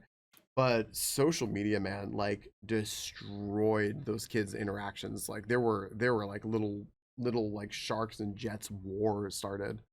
Yeah. Um, but then I think it's hard though. But like you know, something we've dealt with is, you know, like we're a poly family here, and that's something that's just like very weird to people. And it's one of those things where it's like, well, you know, you look some years down the line from now, and people won't look at it the same way because you can see history is changing as we speak, right? Mm-hmm. Like 30 years ago or something, I remember someone in my family who like people thought like, oh, he might be gay. It was like it was the only thing they talked about. It was the only thing they thought about with this person, right? Mm-hmm. And now I'm not gonna I'm not gonna for a second say that queer people in any way have it easy, but it's noticeably somewhat better than it was 30 years ago. Mm-hmm. And then even for like our family, like I wonder what 5, 10, 15 years down the road will look like if people are just like, so wait, what is that? Because like we've told people before and they just don't get it. They're like, what does that mean? You know, so I think that if we just kind of get people, and especially kids, like exposed to just, you know what, like people just be people, man. Like let Mm-hmm. people just be people. We're all gonna be so much better off. And I'll be honest. I don't even know what that is. I've straight up never heard that in my life. I mean I can explain to you now or Yeah. later. Yeah. It's whatever. Break it down for me, Barney style. So there are three of us here. I learned an expression today. So there are three of us here, and we're a family, and Okay. you know, we treat each other as equals. You know, by circumstance, we the three of us end up living together, and we decided that like our lives are better together than they are apart. Mm-hmm. So why don't we like, and it takes work and it takes like time and stuff to kind of figure out like what this is going to look like and everything, but like why don't we live our lives as equals with the three of us together as partners, like the three of us as partners, rather than just like partner and, you know, and another person or anything like, you know. But it's kind of hard for people to wrap their minds around because they'll know that like my partners are in chat and they're talking there, and they won't understand. They'll be like, wait, so that person is your partner? Like, yeah. Well, what's that person? My partner. It's like, but what is that? And it's like, I said, man, we just care about each other. Like, we love each Yeah. other. We care about each other. We just want to like live our lives. It's like, it's not like any different than how like you like, you know, I'd say to people like how you two like live your lives. It's just there's three of us. That's the Yeah. difference, you know. And like I'm not any different than you guys, you know. Yeah. So like, but it's hard. For some people, it's really hard to understand, and I give people some grace because I'm like, yeah, you know, this is I know it's less common, but it's actually a lot more common than you think. It's just a lot of people also don't talk about it, and so once I mentioned it, it's hysterical. I mentioned it on stream once, and I had uh people I had known for a long time coming out of the woodworks to be like, "Oh, that's so cool! I'm poly, we're poly." And like, oh my gosh, like this is way more common than I think, but people don't talk about it. Yeah. And it's but it's just interesting. It's interesting to go through because one of my partners, she's queer, and she said, "Yeah, some of the responses that you'll get are very much like when I came out." And she goes, "It's like I got all these like hate-filled responses and such." Mm-hmm. And she goes, you know, it's not an easy road. She goes, but um, as long as we do better to let people live their lives and just be them, you know, you'll start to realize like, hey, this doesn't affect you, so why not let people just be happy? So, uh, Exactly. which Like, is what I always try to preach, you know. yeah. Like like pretty much like I just straight up never heard of it before. I think it's interesting. Like it's not something that's going to end up like affecting how I live or anything. Like just do you.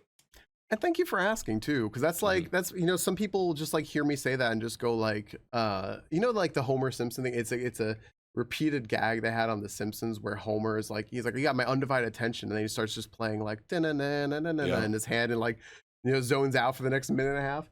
Like that's what I get a lot. And I'm like it's okay if you ask people, and that's something I Yeah. do as a teacher all the time is ask students. I'm like, hey, may I ask your pronouns?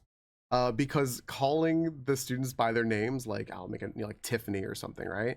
Like Mhm. I just picked the oldest name I could think of. I picking the name Tiffany, I just be like, yo, like Tiffany, what do you think, Tiffany, about this, Tiffany? And it's like, you could just ask me my pronouns, and it's like, Mhm. oh, okay.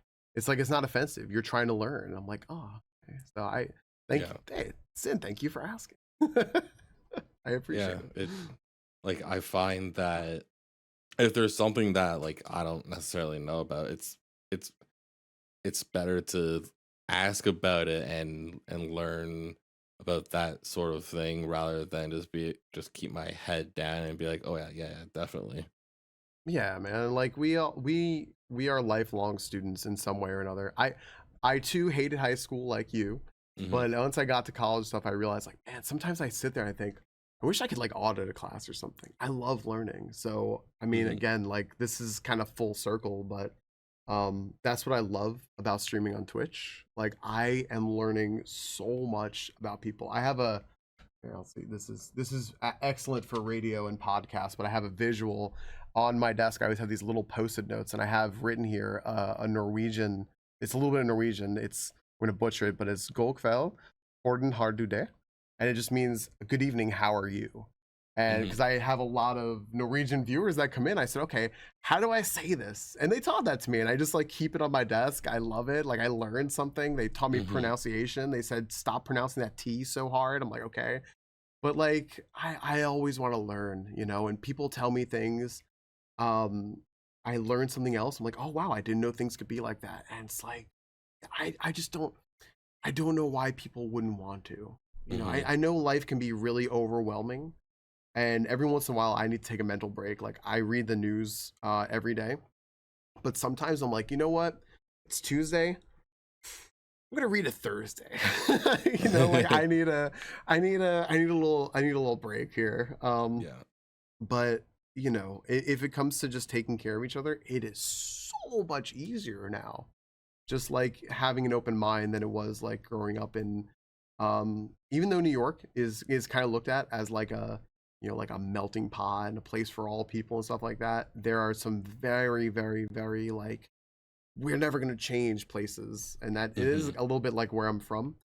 um Thankfully my family wasn't like that, but I saw that all around me, and then Hmm. just getting away from people who were like that and seeing people who were just like, yeah man, like I'm just like this, and take it or leave it. I'm like, oh, I'll take it, I like you, like that's great. Hmm. Like that's just such a better way to be, man. So I think having this platform to like kind of put that out there and just like be like whoever you are, like just come as you are, is fantastic.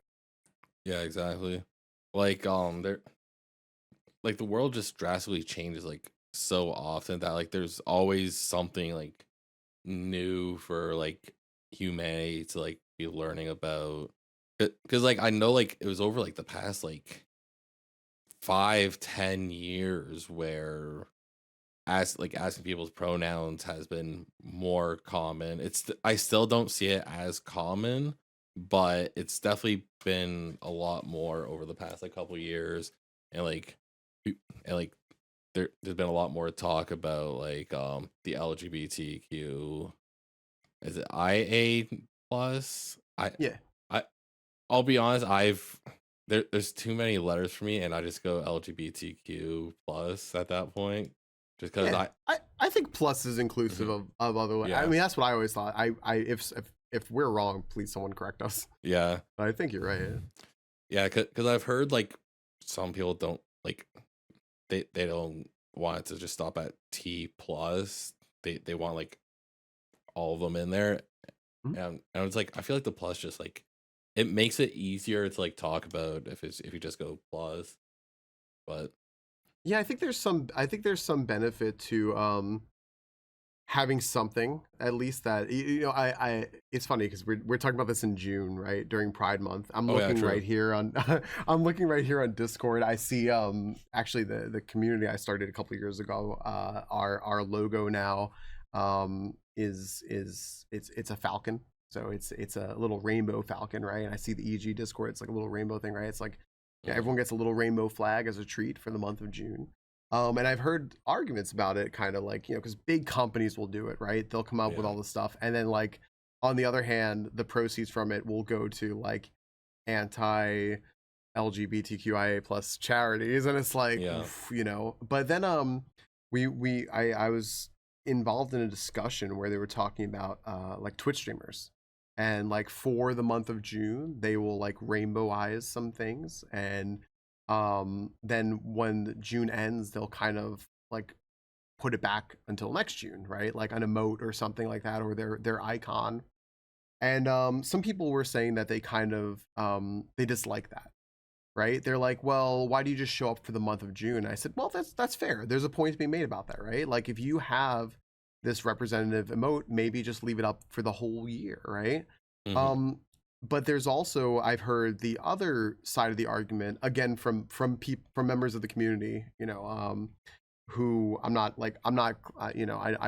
don't fall under the category of LGBTQIA plus, but I listen to people when they talk, and I've heard some people say that they appreciate that when it comes from like Twitch streamers stuff who aren't trying to profit, who are just trying to be supportive, because that support matters. And having like a month where you can point to it and be like, hey, notice us and recognize us. And even if it's just for a month, it still makes it in people's faces, so they have to get used to it. And that's sometimes what people need to make any damn change. Hmm. And like going back to before, like my coworkers who were kind of older were like, oh my gosh, I'm just gonna say the kids' names because I can't learn all these different pronouns. It's just too confusing for me. It's hard. I'm like, how hard do you think it's? What would you like it if I just only said your name and then Hmm. occasionally called you he, even though your pronouns are she her? Like, it's not okay. And it's like, it's really not that hard, man. Like, it'll take, you know what, if you make a mistake, at least you tried. Apologize and correct yourself Yeah. and do better, right? Like, but some people really just need to be, like, frankly, kind of like kicked in the ass to make a change. And it's working. So I do get the argument about like, well, like, why just stop at June? I do get that. You know what? Like, for some people, I was like, yo, you don't have any Mo slot? Put it on 7 TV or something so people can always use it. Make it a follower remote, whatever, like if you want. But Hmm. like, I personally think from hearing sides of the conversation that it's good to at least have some representation, have some allyship, um, to try to do a good thing. Yeah. Because it's made change. I mean, look at like GDQ, like one of the most popular events of the, like, a couple times a year on Twitch. Um, Pretty much every runner has their pronouns, and Hmm. actually the ones who don't, you kind of scratch your head and go, why? Yeah, those are the outliers. Like, did they Yeah. just say like I don't do this, or so things are changing. You're right. We're witnessing history, and it's gonna be cool to Hmm. like look 5 years down the road and be like, what changed now? Exactly. And also, I ended up reading something for I guess there's like some sort of problem with like one of the someone getting disqualified from like a Pokemon tournament or something like that. I forget for like what reason, but they mentioned in their statement that I guess like if you're going on like on like the main stage or whatever to compete, they they end up asking you beforehand what your pronouns are, so that way the casters will be able to get it right, which I think that as well is a huge step in the right direction. Yeah. Well, you know what's great about that too is they because who's gonna suffer the fallout from that, right? If the casters aren't alerted in advance, right? Hmm. Because then the casters will get absolutely like trash for that, and they Yeah. may not have known. They may not have known that, like, um some, they could be calling someone he him throughout the thing, and it's like, no, their pronouns are they them or she they. Yeah. Um, and you don't know, and then the casters will get trashed because like the organizers didn't do the work. But I think that's becoming so much more common now, and it's good too because this is a chance for people to be represented. Why not represent them accurately? And Mm-hmm.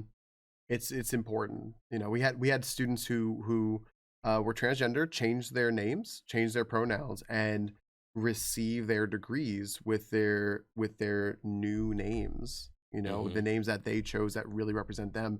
And that was like just hearing that in front of a room full of people was such a confirming special moment for them at an important time in their lives. So it's like good for the Pokemon tournament for getting that information beforehand. Mm-hmm. Yeah, Um, exactly. I guess. Oh my God, we've been going for almost 2 hours. This one might actually be one of the longer or one of the longest podcasts. I have no idea.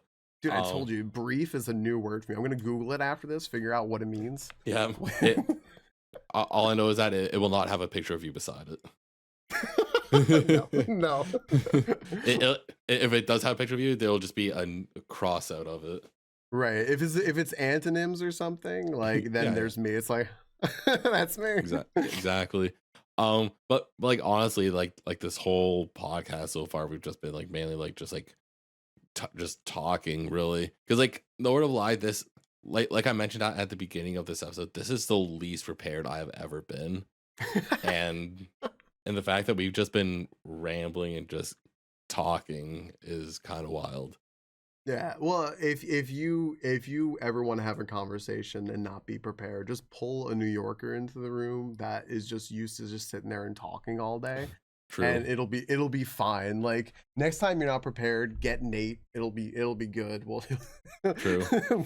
We'll be fine, man. Like yeah, it's no, this is great, dude. Like I appreciate it. Like I could just talk to you all day, and it's a shame too because I spend a lot of my day that I have like free time, and I'm so grateful to my family for helping me like have this time of day to do this. Because like I said, like this is I decided right beforehand we were talking, I'm like can I have like just the green screen off and just like just like leave it behind me as a background or whatever. You're like, yeah, whatever Hmm. you want, because normally I have the green screen on, but like I'm sitting here, I'm in my living room.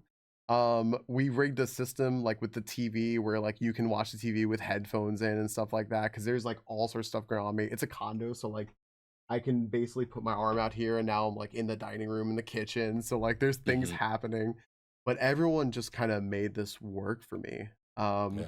So that I can do this. Cause they're like, well, one, we believe in you. Like you can actually do this. And, we fortunately, are in a situation where I can just like mess around with this and see like, yo, can I just like keep doing this? Can I make something out of it or what? Hmm. Um, but also it's just because like it makes me really happy. But I've been now that I've been taking it more seriously, and everyone's like, "Yo, partner push," and I was like, I don't want to be that guy. I don't want to just keep saying it. They're like, "No, if you want it, you gotta start saying it." So now that I've started like saying it, like, "Yo, I'd like to get Twitch partner. Like, I think that'd be great," and I'm taking it a lot more seriously. It Hmm. takes up a lot more of my time, and I don't have a ton of free time. But I just from this conversation alone, I'm like, yeah, I could talk to Sin all day, man. Like I can just hang out and just like Yeah. vibe with you all day, man. It's wonderful, and I appreciate the hell out of this. Yeah, vibing is honestly the best part. But it is also really good to have like that support system that's like rooting for you to like do good at it and like believe in you and are like willing to help like however in like which way they can. Like like even for me, like like I have a huge supporter in my partner as well, and she's like, hey, listen, you, you can have all this set up. We'll be all good to go. And like obviously, I don't do it like full time or anything I'm also realistic about it. Like I can't just like full send balls to the wall, just quit my job and go and do this because I know that uh get farming Pepe laughs does not pay the bills. I'll tell you that. No, we were really lucky. We bought this place, and I was between jobs, and Hmm. it was we kind of got lucked out with that, and now like like I mean I'm not gonna say like, oh no, we're totally fine. Like, no, like money's tight and stuff, and it's you Mhm. know, times change and um bills go up and such like that. But we're okay. And I'm really fortunate that everyone's like okay with that. They're like, nah, you know, like I've had such awful luck with jobs and such. Just like losing my jobs for things that were just out of my control. It's like, Mhm. oh yeah, by the way, the government actually pays for your job, and we lost the government grant because management didn't manage it. So like, I'm like, oh Yeah. yay! Like, wait, so what happens now? Like, does management lose their job? No, you lose your job. Like, oh great, you know, it's like, well, you Yeah. know what? Like, you're happy and you're doing this, and people support you. And I told you I'm a you know long time listener, first time caller to the Sinterview, but I remember coming straight out of Ben's second time on the show. He had said that he looks at his numbers and he feels really fortunate with where he is on Twitch. Like even before he was partner, he's like, yo, I have like more subscribers than a lot of partners have. And you know, with the server I made like for when we were playing League Pass Randomizer, that we call it the Bazaar, which funny enough, a group of falcons is a bazaar. Mhm. A group of like crows a murder or something, you know, like Yeah. those weird names we get, right? But like we got like I think a couple hundred people in there. I was like, yo, how did we do this? And I'm kind of I look at the EG Discord and I look what like all you guys have built for so many years, and Mhm. you know, listening to Ben, I'm like, that sounds so familiar to like what I did. Like I look at my numbers, I'm like, how do I have this many subscribers stuff? And I'm like, 'cause people want to actually support you, and it's super appreciated because it really helps here. You know, behind this green screen, Yeah. it helps here a lot. Um, and so I have um no will to stop doing this. Yeah, exactly. You know, because it's so much fun, and I feel like I'm doing something that actually is good for me, and other people tell me it's good for them too. So I'm like, well, that's all I ever wanted to do when I got my master's. So Yeah. Like literally one of the reasons that I still stream, like my numbers have like not most likely like haven't been good since I stopped shiny hunting, honestly. Because I was doing that for 3 years before I just got tired of it. And pretty much like since then, like I do it because I like entertaining people, really. Like if there's an avenue for me to go about entertaining people, I'll do it. Like nor will I. When I was younger, what my first job I ever wanted was to be a firefighter because I wanted to help people, and because I was like, ooh, fire, ooga booga. you're Um, right. and then the second job I wanted was to be a WWE wrestler. That that was what I wanted to do because I was like, yo, wrestling's sick. It's entertaining. Hook me up with that. I had a And little Hulk Hogan doll. I'm right there with you. yeah, and and then and then from there, my inspiration for like music and stuff started happening. So I was entertaining doing rap music at the time. And then I fell into the YouTube and Twitch sphere. So then I was like, "Ooh, that's another form of entertainment. I'll start doing that."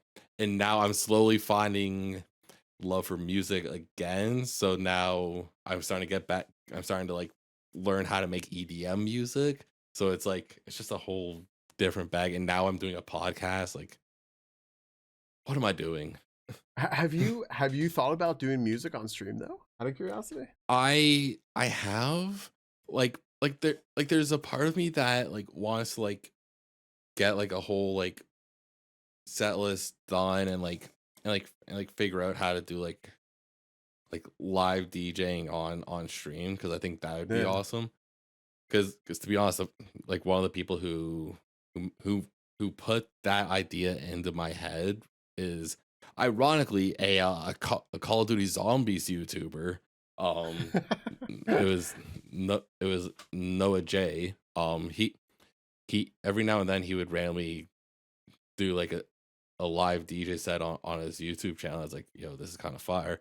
Which I also saw on I think it was like Twitter. He literally just opened for like a larger uh a larger DJ. I think it was Zed.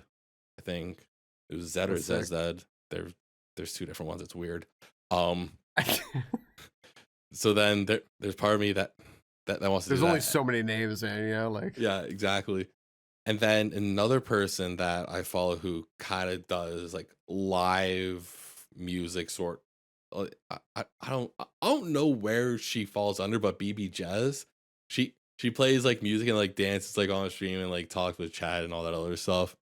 And she pretty much treats her streams like it's a concert. Like if you have time to check her out, I would definitely recommend. I think she streams normally at like nighttime, which kind of checks out because it's like a little club thing, you know. yeah. But yeah, it's always like a good vibe in there, and I'm like, dude, that'd be awesome if I could like get back into that. Like I thought about like trying to work on learning how to use like FL Studio like on stream, but then I'm like, that's not really entertaining enough to be worth it. So I thought about just like booting it up on Kick. Cause like I have done a stream on Kick. I did Fortnite once. I gotta say, man, like I once I found out that Herman Lee of Dragon Force Oh yeah. was yeah, right? Like I saw him streaming, and I was like, what is this? And it's just like him just like jamming, right? And then Dragon Force went on tour, and like he would just bring the stream with him. And like live stream from it and be like to the crowd, like, yo, y'all live on Twitch right now. And it's like, what? Like holy god. You know, that stuff was like, that was really cool. And even some I remember there's this very big like speedrunner that I watch, and not super big, but very well known, like, you know, like 600 something viewer average, right? And dude just stops like right after like one of his speed runs and just like breaks out a guitar and just starts playing on stream, right? And he started playing the Tristram theme from Diablo. And like it was just something that's extremely, yeah, it's like if you like know Diablo at all, like you recognize this. And all of a sudden like you see like 700, 800, 900 viewers, right? And he just like busts out and he sells his music like in his like in there, you know, he'll do something else. Every once in a while, he'll just like bust out a car or a guitar, start playing, and then it's be like, by the way, links below if you want to buy my album. Like, you know, and it's like, oh man. But I know like because I could also talk like stream theory and stuff with you all the time, but like, you know, I remember hearing you guys say like the age of like the live, like not the live play, the let's play is kind of like fading and stuff. I really do think that people are starting to recognize more and more that it's a lot of the times now it's becoming about the streamer and not so much what they're doing.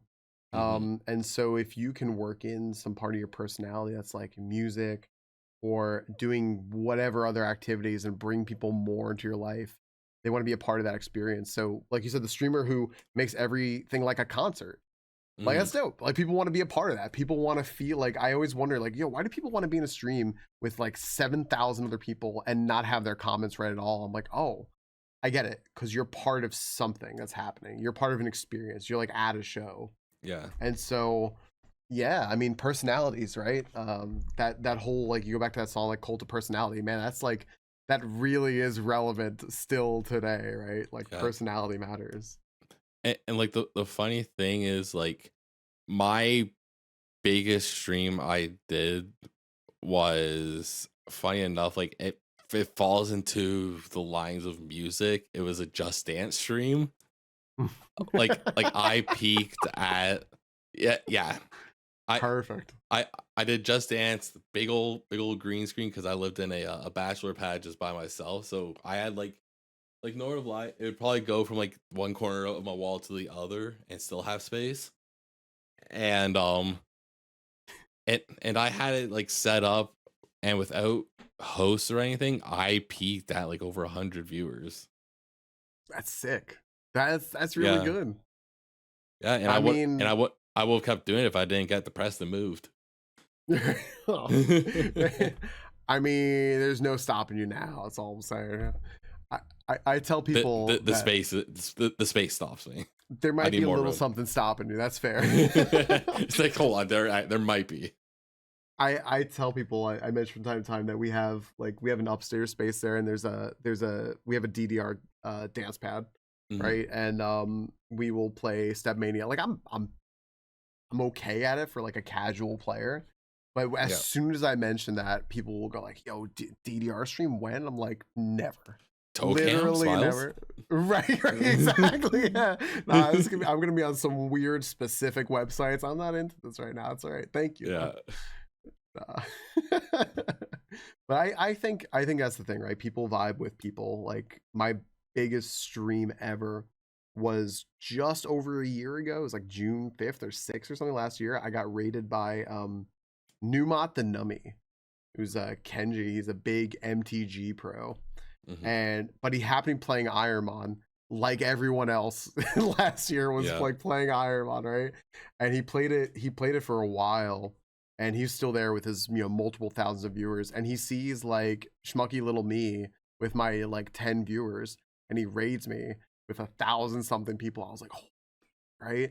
And from that point though, that's the moment my stream actually started growing, and like I went from 7 viewer average to like 13 to 20 to 30, like, and it just kept going. And like I remember there's still people in there to this day who I still talk to. I'm like, yeah, I remember you coming with that raid, and they're like, yep, I remember seeing you that day, man. You just lost a run, and everyone that day who like followed you and stayed there, they weren't staying for the content of your Pokemon runs, because as soon as we got in there, you lost a run and it was just lab.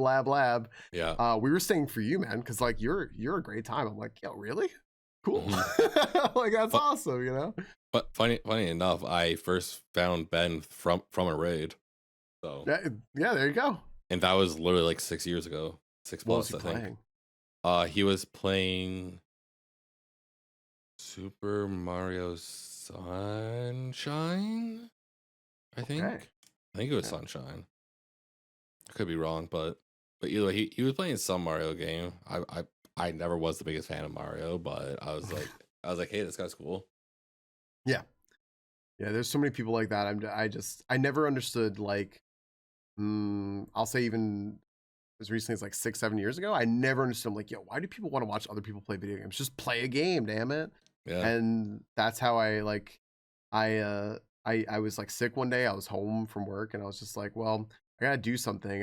And it like my little app thing was like, yo, do you want to try Twitch? I was like, I heard about this. It's like where you watch people play games. Like, well, maybe I can figure out why, right? And that's when I was like, all right, I'll watch Zelda. And I see like, all right, someone playing Zelda, cool. I've been playing since I was 5, and like, wait, why are all the items in weird places? And I found what the randomizer was, and it was like that from there. I was like, oh, yeah, I get it now, right? And now since it's such a part of my life, I'm like, well, now for me, it's not even about the games. Like sometimes I'll just watch specific games because I just really like watching those games. Like Super Metroid, for like my money, is like the best speed run you could watch. It's so cool. It's like art. But mostly I just watch people. Like I just want to meet people. I love watching what people do. I can watch Miss Witch playing Plastic Duck Simulator for like 5 hours, no problem. Because I just like talking to Miss Witch. Yeah. Oh, also another game that you could put as your background. I just thought about this. It's a game that that gives off the same vibe as like the duck one. It's called Mountain. Mountain. I gotta write this down. Yeah. 1,000 stick. I have like 1,000 stick. I use this all the time.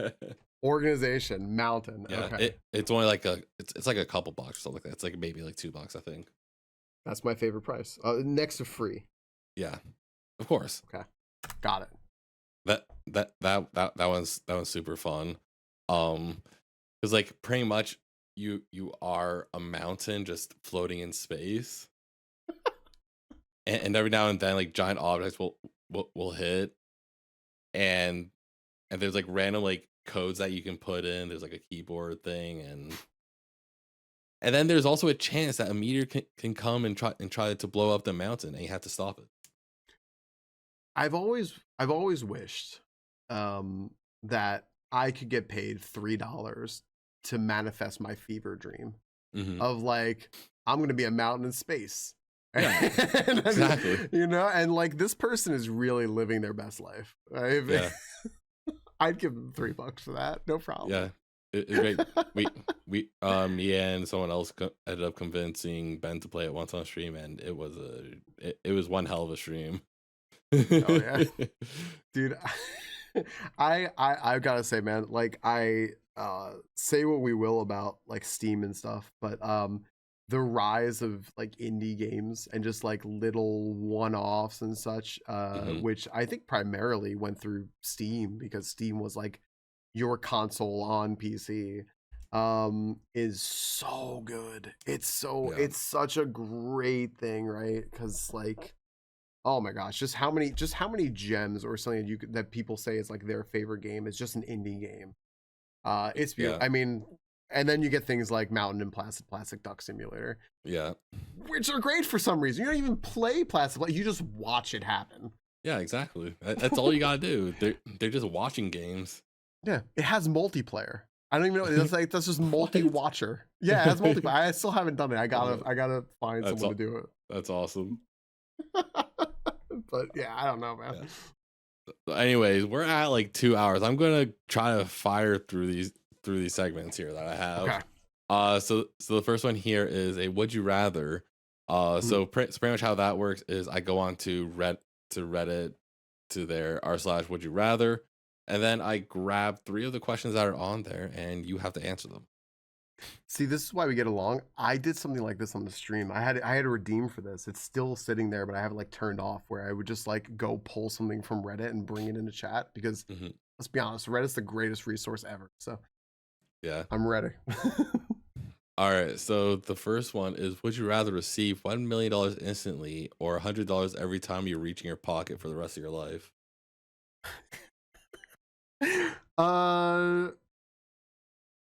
I want the $100. I want to know how often that like I forget about that. I just go like, ooh, you know. I want that sensation for at least like a good solid week and a half. You know, that'd be a real good dopamine hit.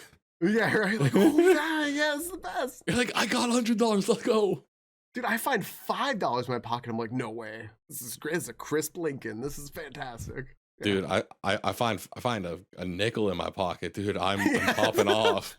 Hell yeah! A quarter, I get a gumball. Let's go. Hell yeah! So then the next one here we have is would you rather suddenly become an 11 out of 10 on attractiveness, but you gain incurable and extreme social anxiety, or become a 5 out of 10 but gain charisma and confidence?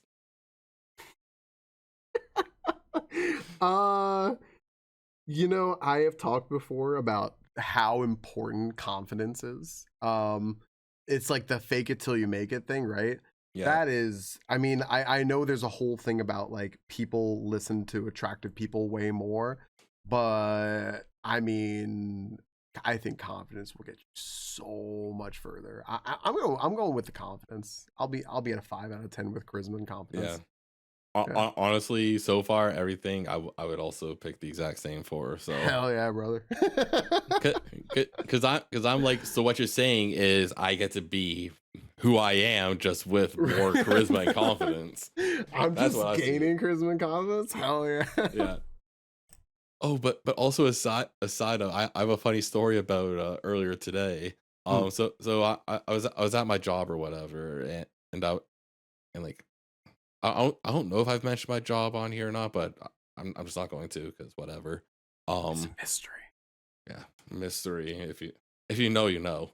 But anyways, I was working like drive-through or whatever, and I was just like chatting at the girl that was in the drive-through, and because she was waiting for her drink or whatever, and then she was just like asking me like random stuff and just like talk, and we were just like chatting about just random topics, and she was asking me like if I knew any French and whatnot, because we were talking about how she's from Quebec, and how apparently there's not many people out in the general area that I live that speak French. I'm like, no, that's normally all closer to the border where it's 95% French. And you should have told her. You could tell her a lot about psychology in French. Yeah, right. And so she ended up asking me if I spoke French, and I was like, no. Most of that left my system by like grade 8. The only time I hear French now is if my mom's swearing at me. So and then after I gave her drinks and stuff, one of the other girls that's working, I guess, was like paying attention to like what was happening in drive through, and then in my ear I hear her say that apparently she was flirting with me. Oh. Yeah, and I was like what? I was like that happened. That's not how I saw it. It was so funny.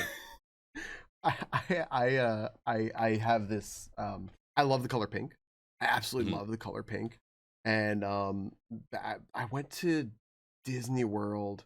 It was I think it was like in June of some year. I think sorry, I think it was like 10 years ago. I think it's when I graduated. So 11 years ago. Damn, time flies. But I was in Disney World. I was wearing this like pink polo, this button down with like these white shorts, and I just like had my haircut. It's like, you know, I have all like my jewelry on and stuff, and like I just like look like really sharp and stuff. And like all these people are like smiling at me, right? And they're just like they happen, they're like waving at me and stuff. I'm like, oh, like this is so nice. Like people in Disney World are just like super happy and like just like really, really friendly or something. It was later pointed out to me that it was a Pride event in Disney World.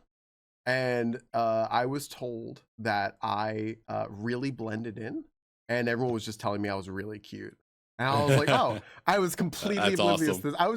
I was just so happy. And they were like, yeah, they were like, oh, honey, you just really, really were oblivious, weren't you? I was like, yeah. I was just like, oh yeah, hi, everyone's so happy. I'm happy too. Where's Pooh Bear? Like, Yeah, I'm very oblivious Just- when it comes to it.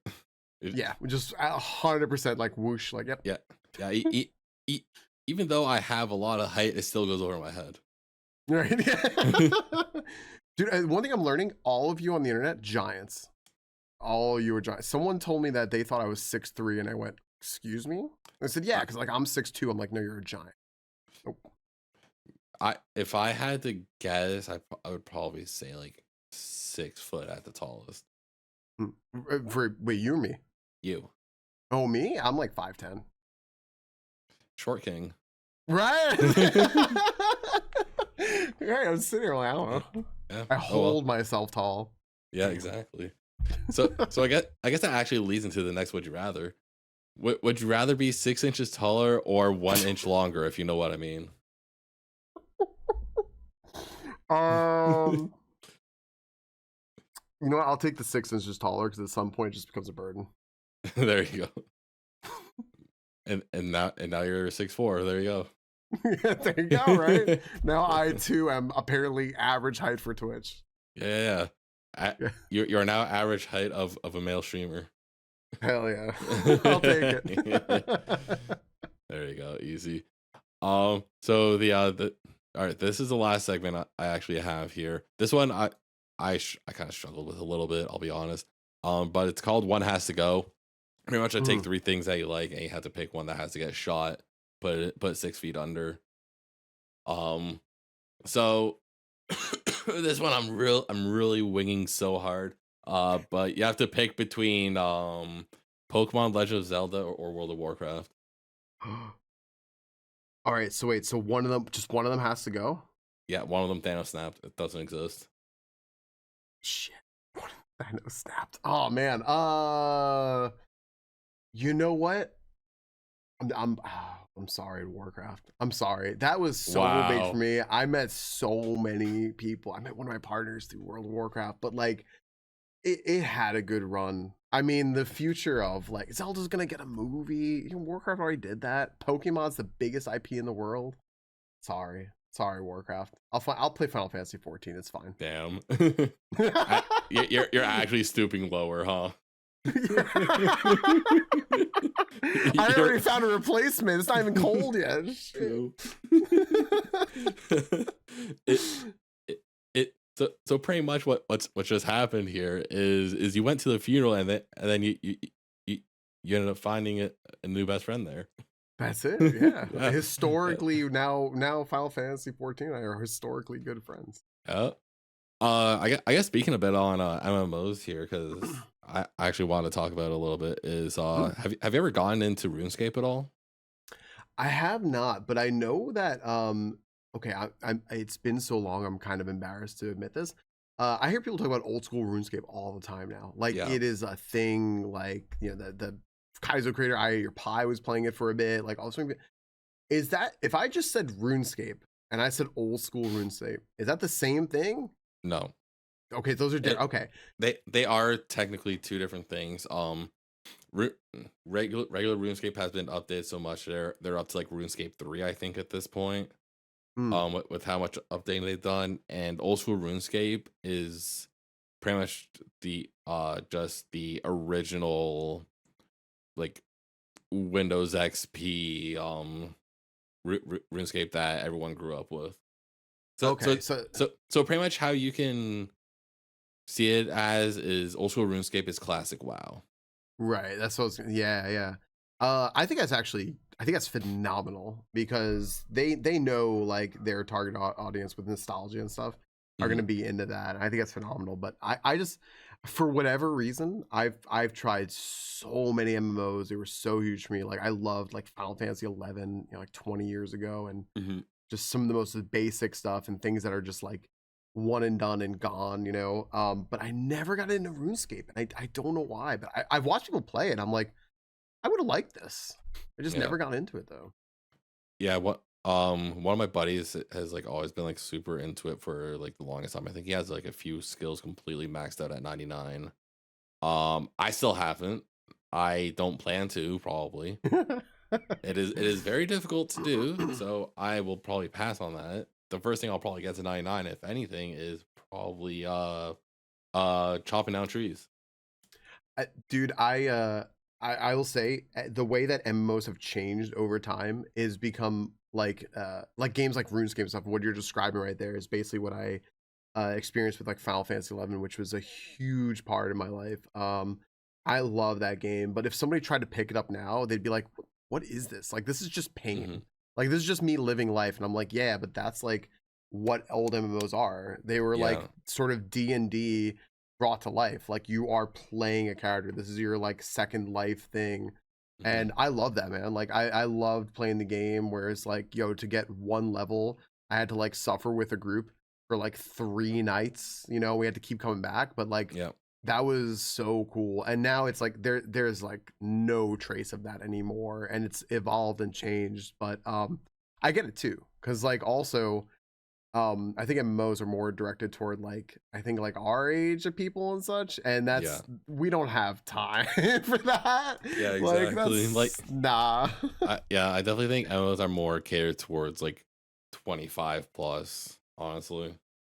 The two things that made me feel the oldest in my life, because I joke around because like I'm playing Pokemon, so I'll play with people who are like older than me, and a lot of people are younger than me. But the two oldest times I felt in my life, because I know I'm not old, but I felt old when the kids at the school, those little brats, said World of Warcraft was a game for old people. How dare you? Just because this game is older than anyone in this school, I resent that. And 2, Justin Timberlake is that's that old dude who made that song once. Oh no. I was like, no. What are you talking about? He's just that young curly-haired kid in Head and Sink. Like, no. That old dude. I still think of him as young and poppy. Yeah. What I think what makes me feel the oldest is now the like the 70s to 80s stations are starting to throw 90s in. That's what's making me feel old. Yeah. And then there's some that and then there's some that throw in like early 2000. I'm like, brother, no, stop this, cut this out. No.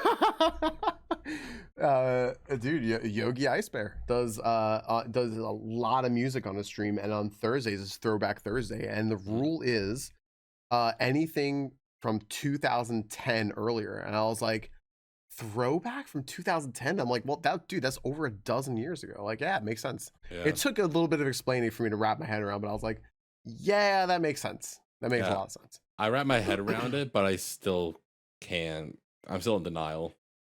Oh yeah, I don't have to like it. Like I can reject your reality and substitute my own in some situations. Yeah, Like... exactly. Exactly. Like I ended up hearing for the first time in like so long, "Fly Like a G6" by Fari Movement. Yeah. I heard that and I was like, brother, that brings me back to like middle school, high school era. Holy. Yeah. Man, I haven't thought about that song in forever. Yeah, but Right? that song is, yeah. Somebody asked me, they said, I said I hadn't heard the song Welcome to the Black Parade until like a few years ago.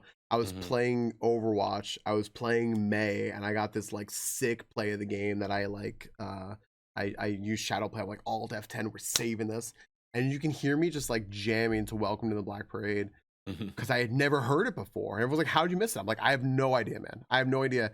And they said, yo, like, where were you like when you were like what they say, like 13 and this song came out and like you were in the skate park like as a punk kid? I was like, dude, when this song came out, I was in college. Like, Oh my God. and I was like, oh no, I was in college. Like, oh man, like shit. But you don't Wait, realize that, like, yeah. how old are you? I'm 36. You're older than I thought you were. I'm older than you thought I was? Yes. That's always what I get.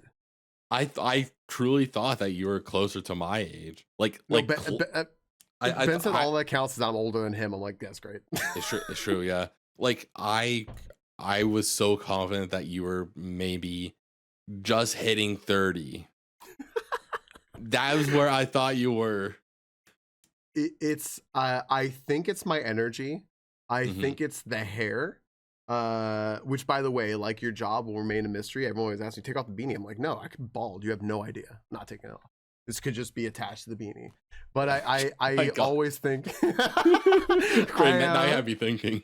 I always I think I always do project younger than I am. But yeah, no, I just like 3 weeks ago turned 36. And I never have any idea how old anyone is. I have no idea. I have no idea legit like how old you are. I had no idea how old Ben is or Miss Witch or anyone else. I told Yogi I thought he was my age. He got insulted and I was like, wait a second. Now I'm insulted.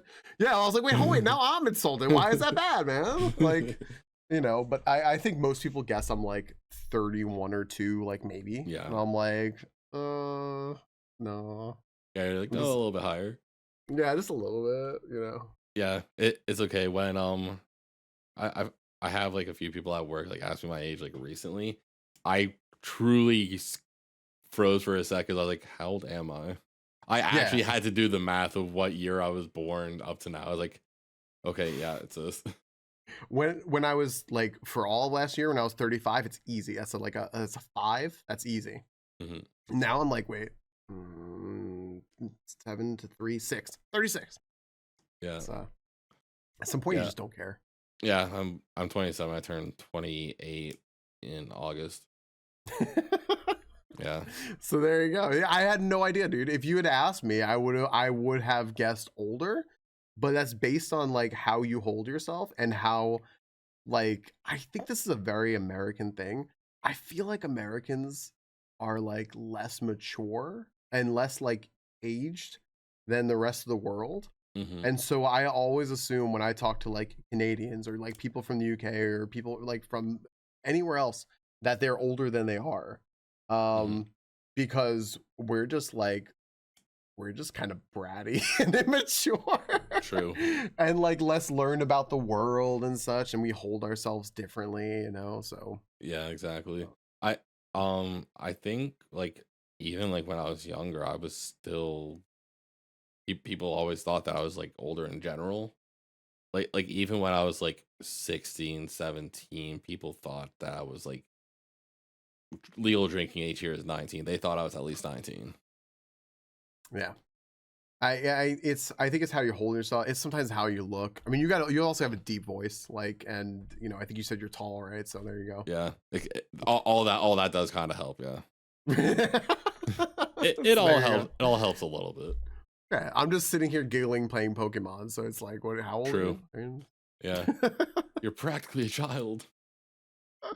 Yeah, man. It's funny though. No one ever gets my age, and I'm like, I'll take it as a compliment. It doesn't really matter to me too much. Yeah, I'd say take it as a compliment. Shit. Thank you. Especially when people are saying like, "Oh, you look like you're like 30," around there. So it's like it's already taking 6 years off. Yeah, I mean, if they guess like I'm 40, I'm like, "Yo, am I tired today? What's happening?" Yeah. Yeah, people always guess like I always find people are always guessing like they're like they always guess like either drastically higher or like slightly lower. I've had people think that I'm between like 22 to 25. I've had people think I'm like 30 to 35. I'm like, brother, you guys are nowhere near. What is going on?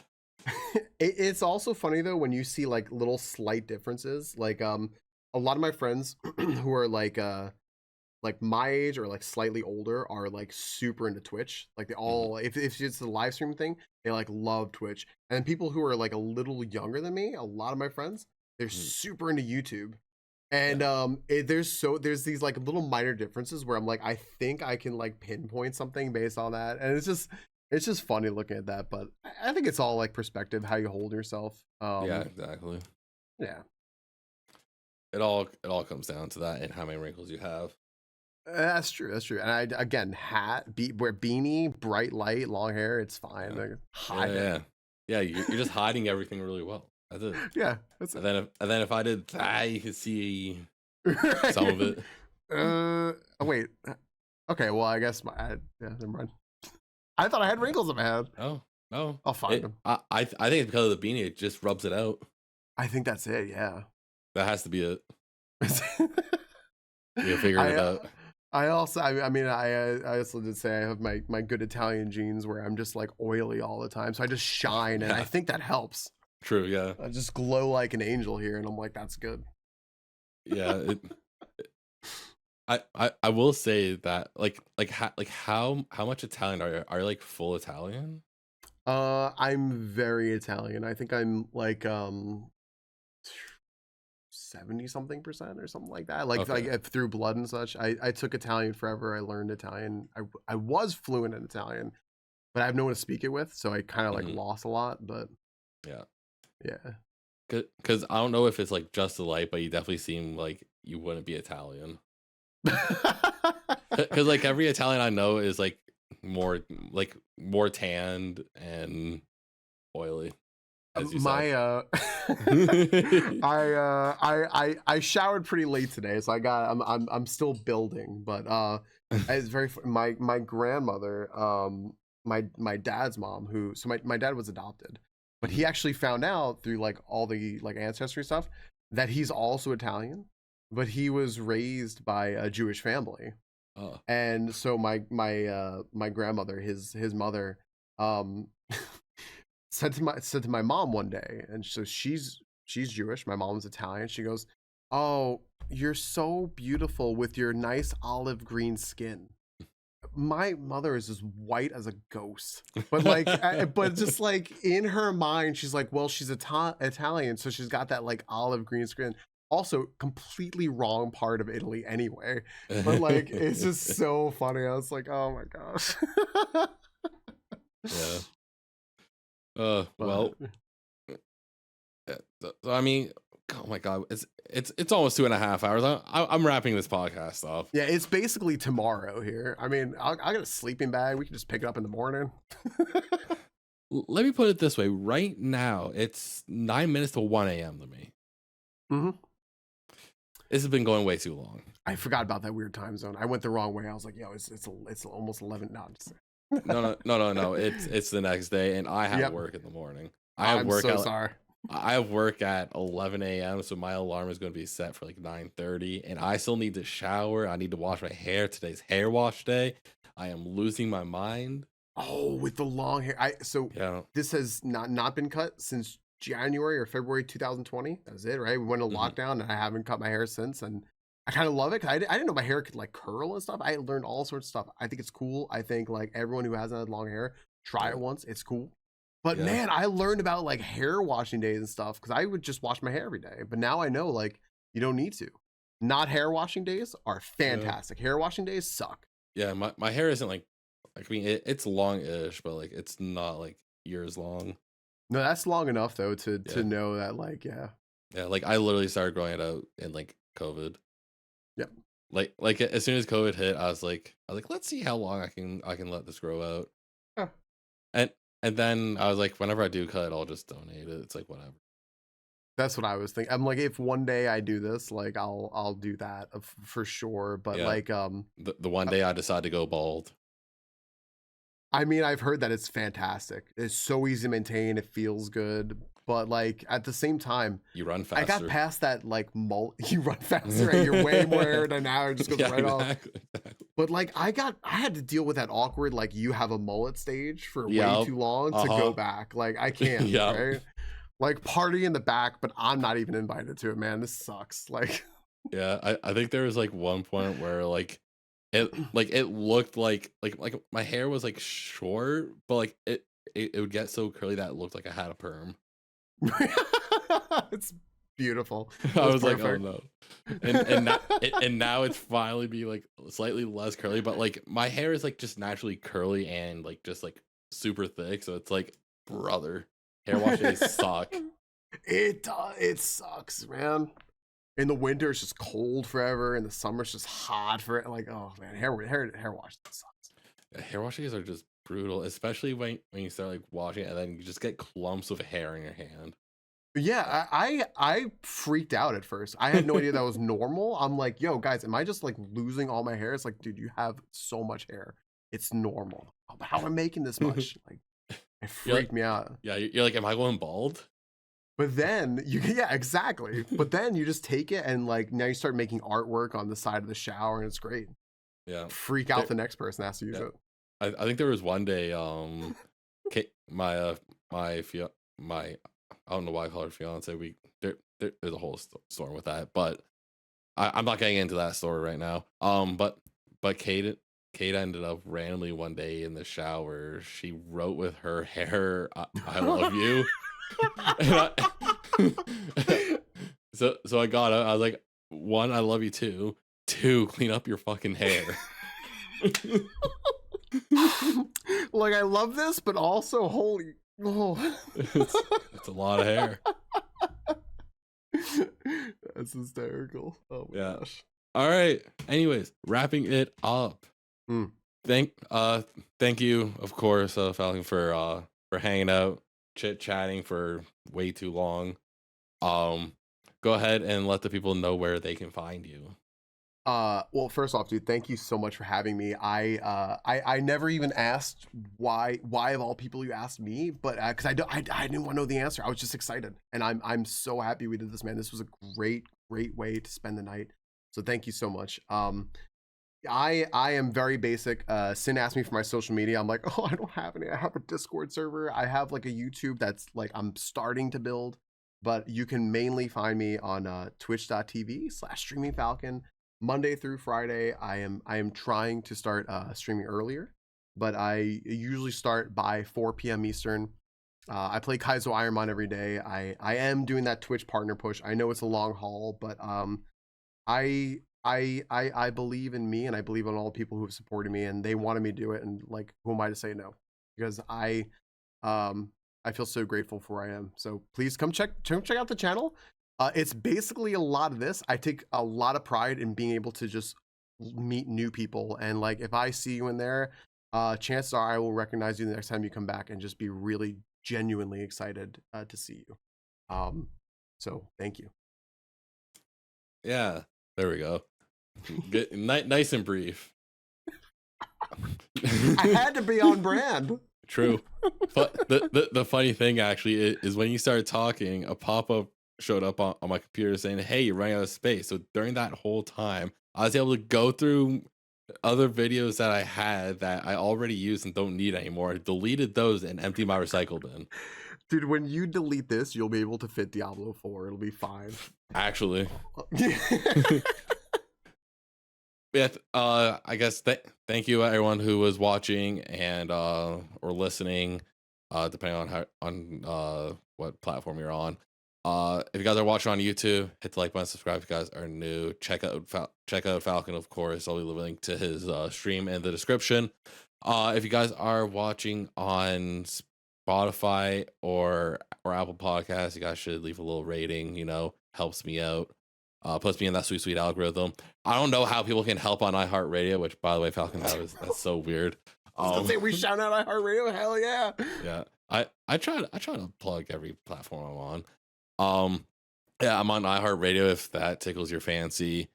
And if you guys want to talk about the podcast, I never actually mentioned this, but if you guys use hashtag the Sinterview on Twitter, talk about the podcast there. I'll be looking at it and all that, and you guys can just follow me on there at SitNextRealize, and it's SitNextRealize literally on every social media platform: Twitter, Instagram, Facebook, Snapchat. Pretty much just search for SitNextRealize and you'll most likely find me. But yeah, that's it for the podcast. Thank you guys so much for watching, and I'll catch you guys in the next one. Bye bye.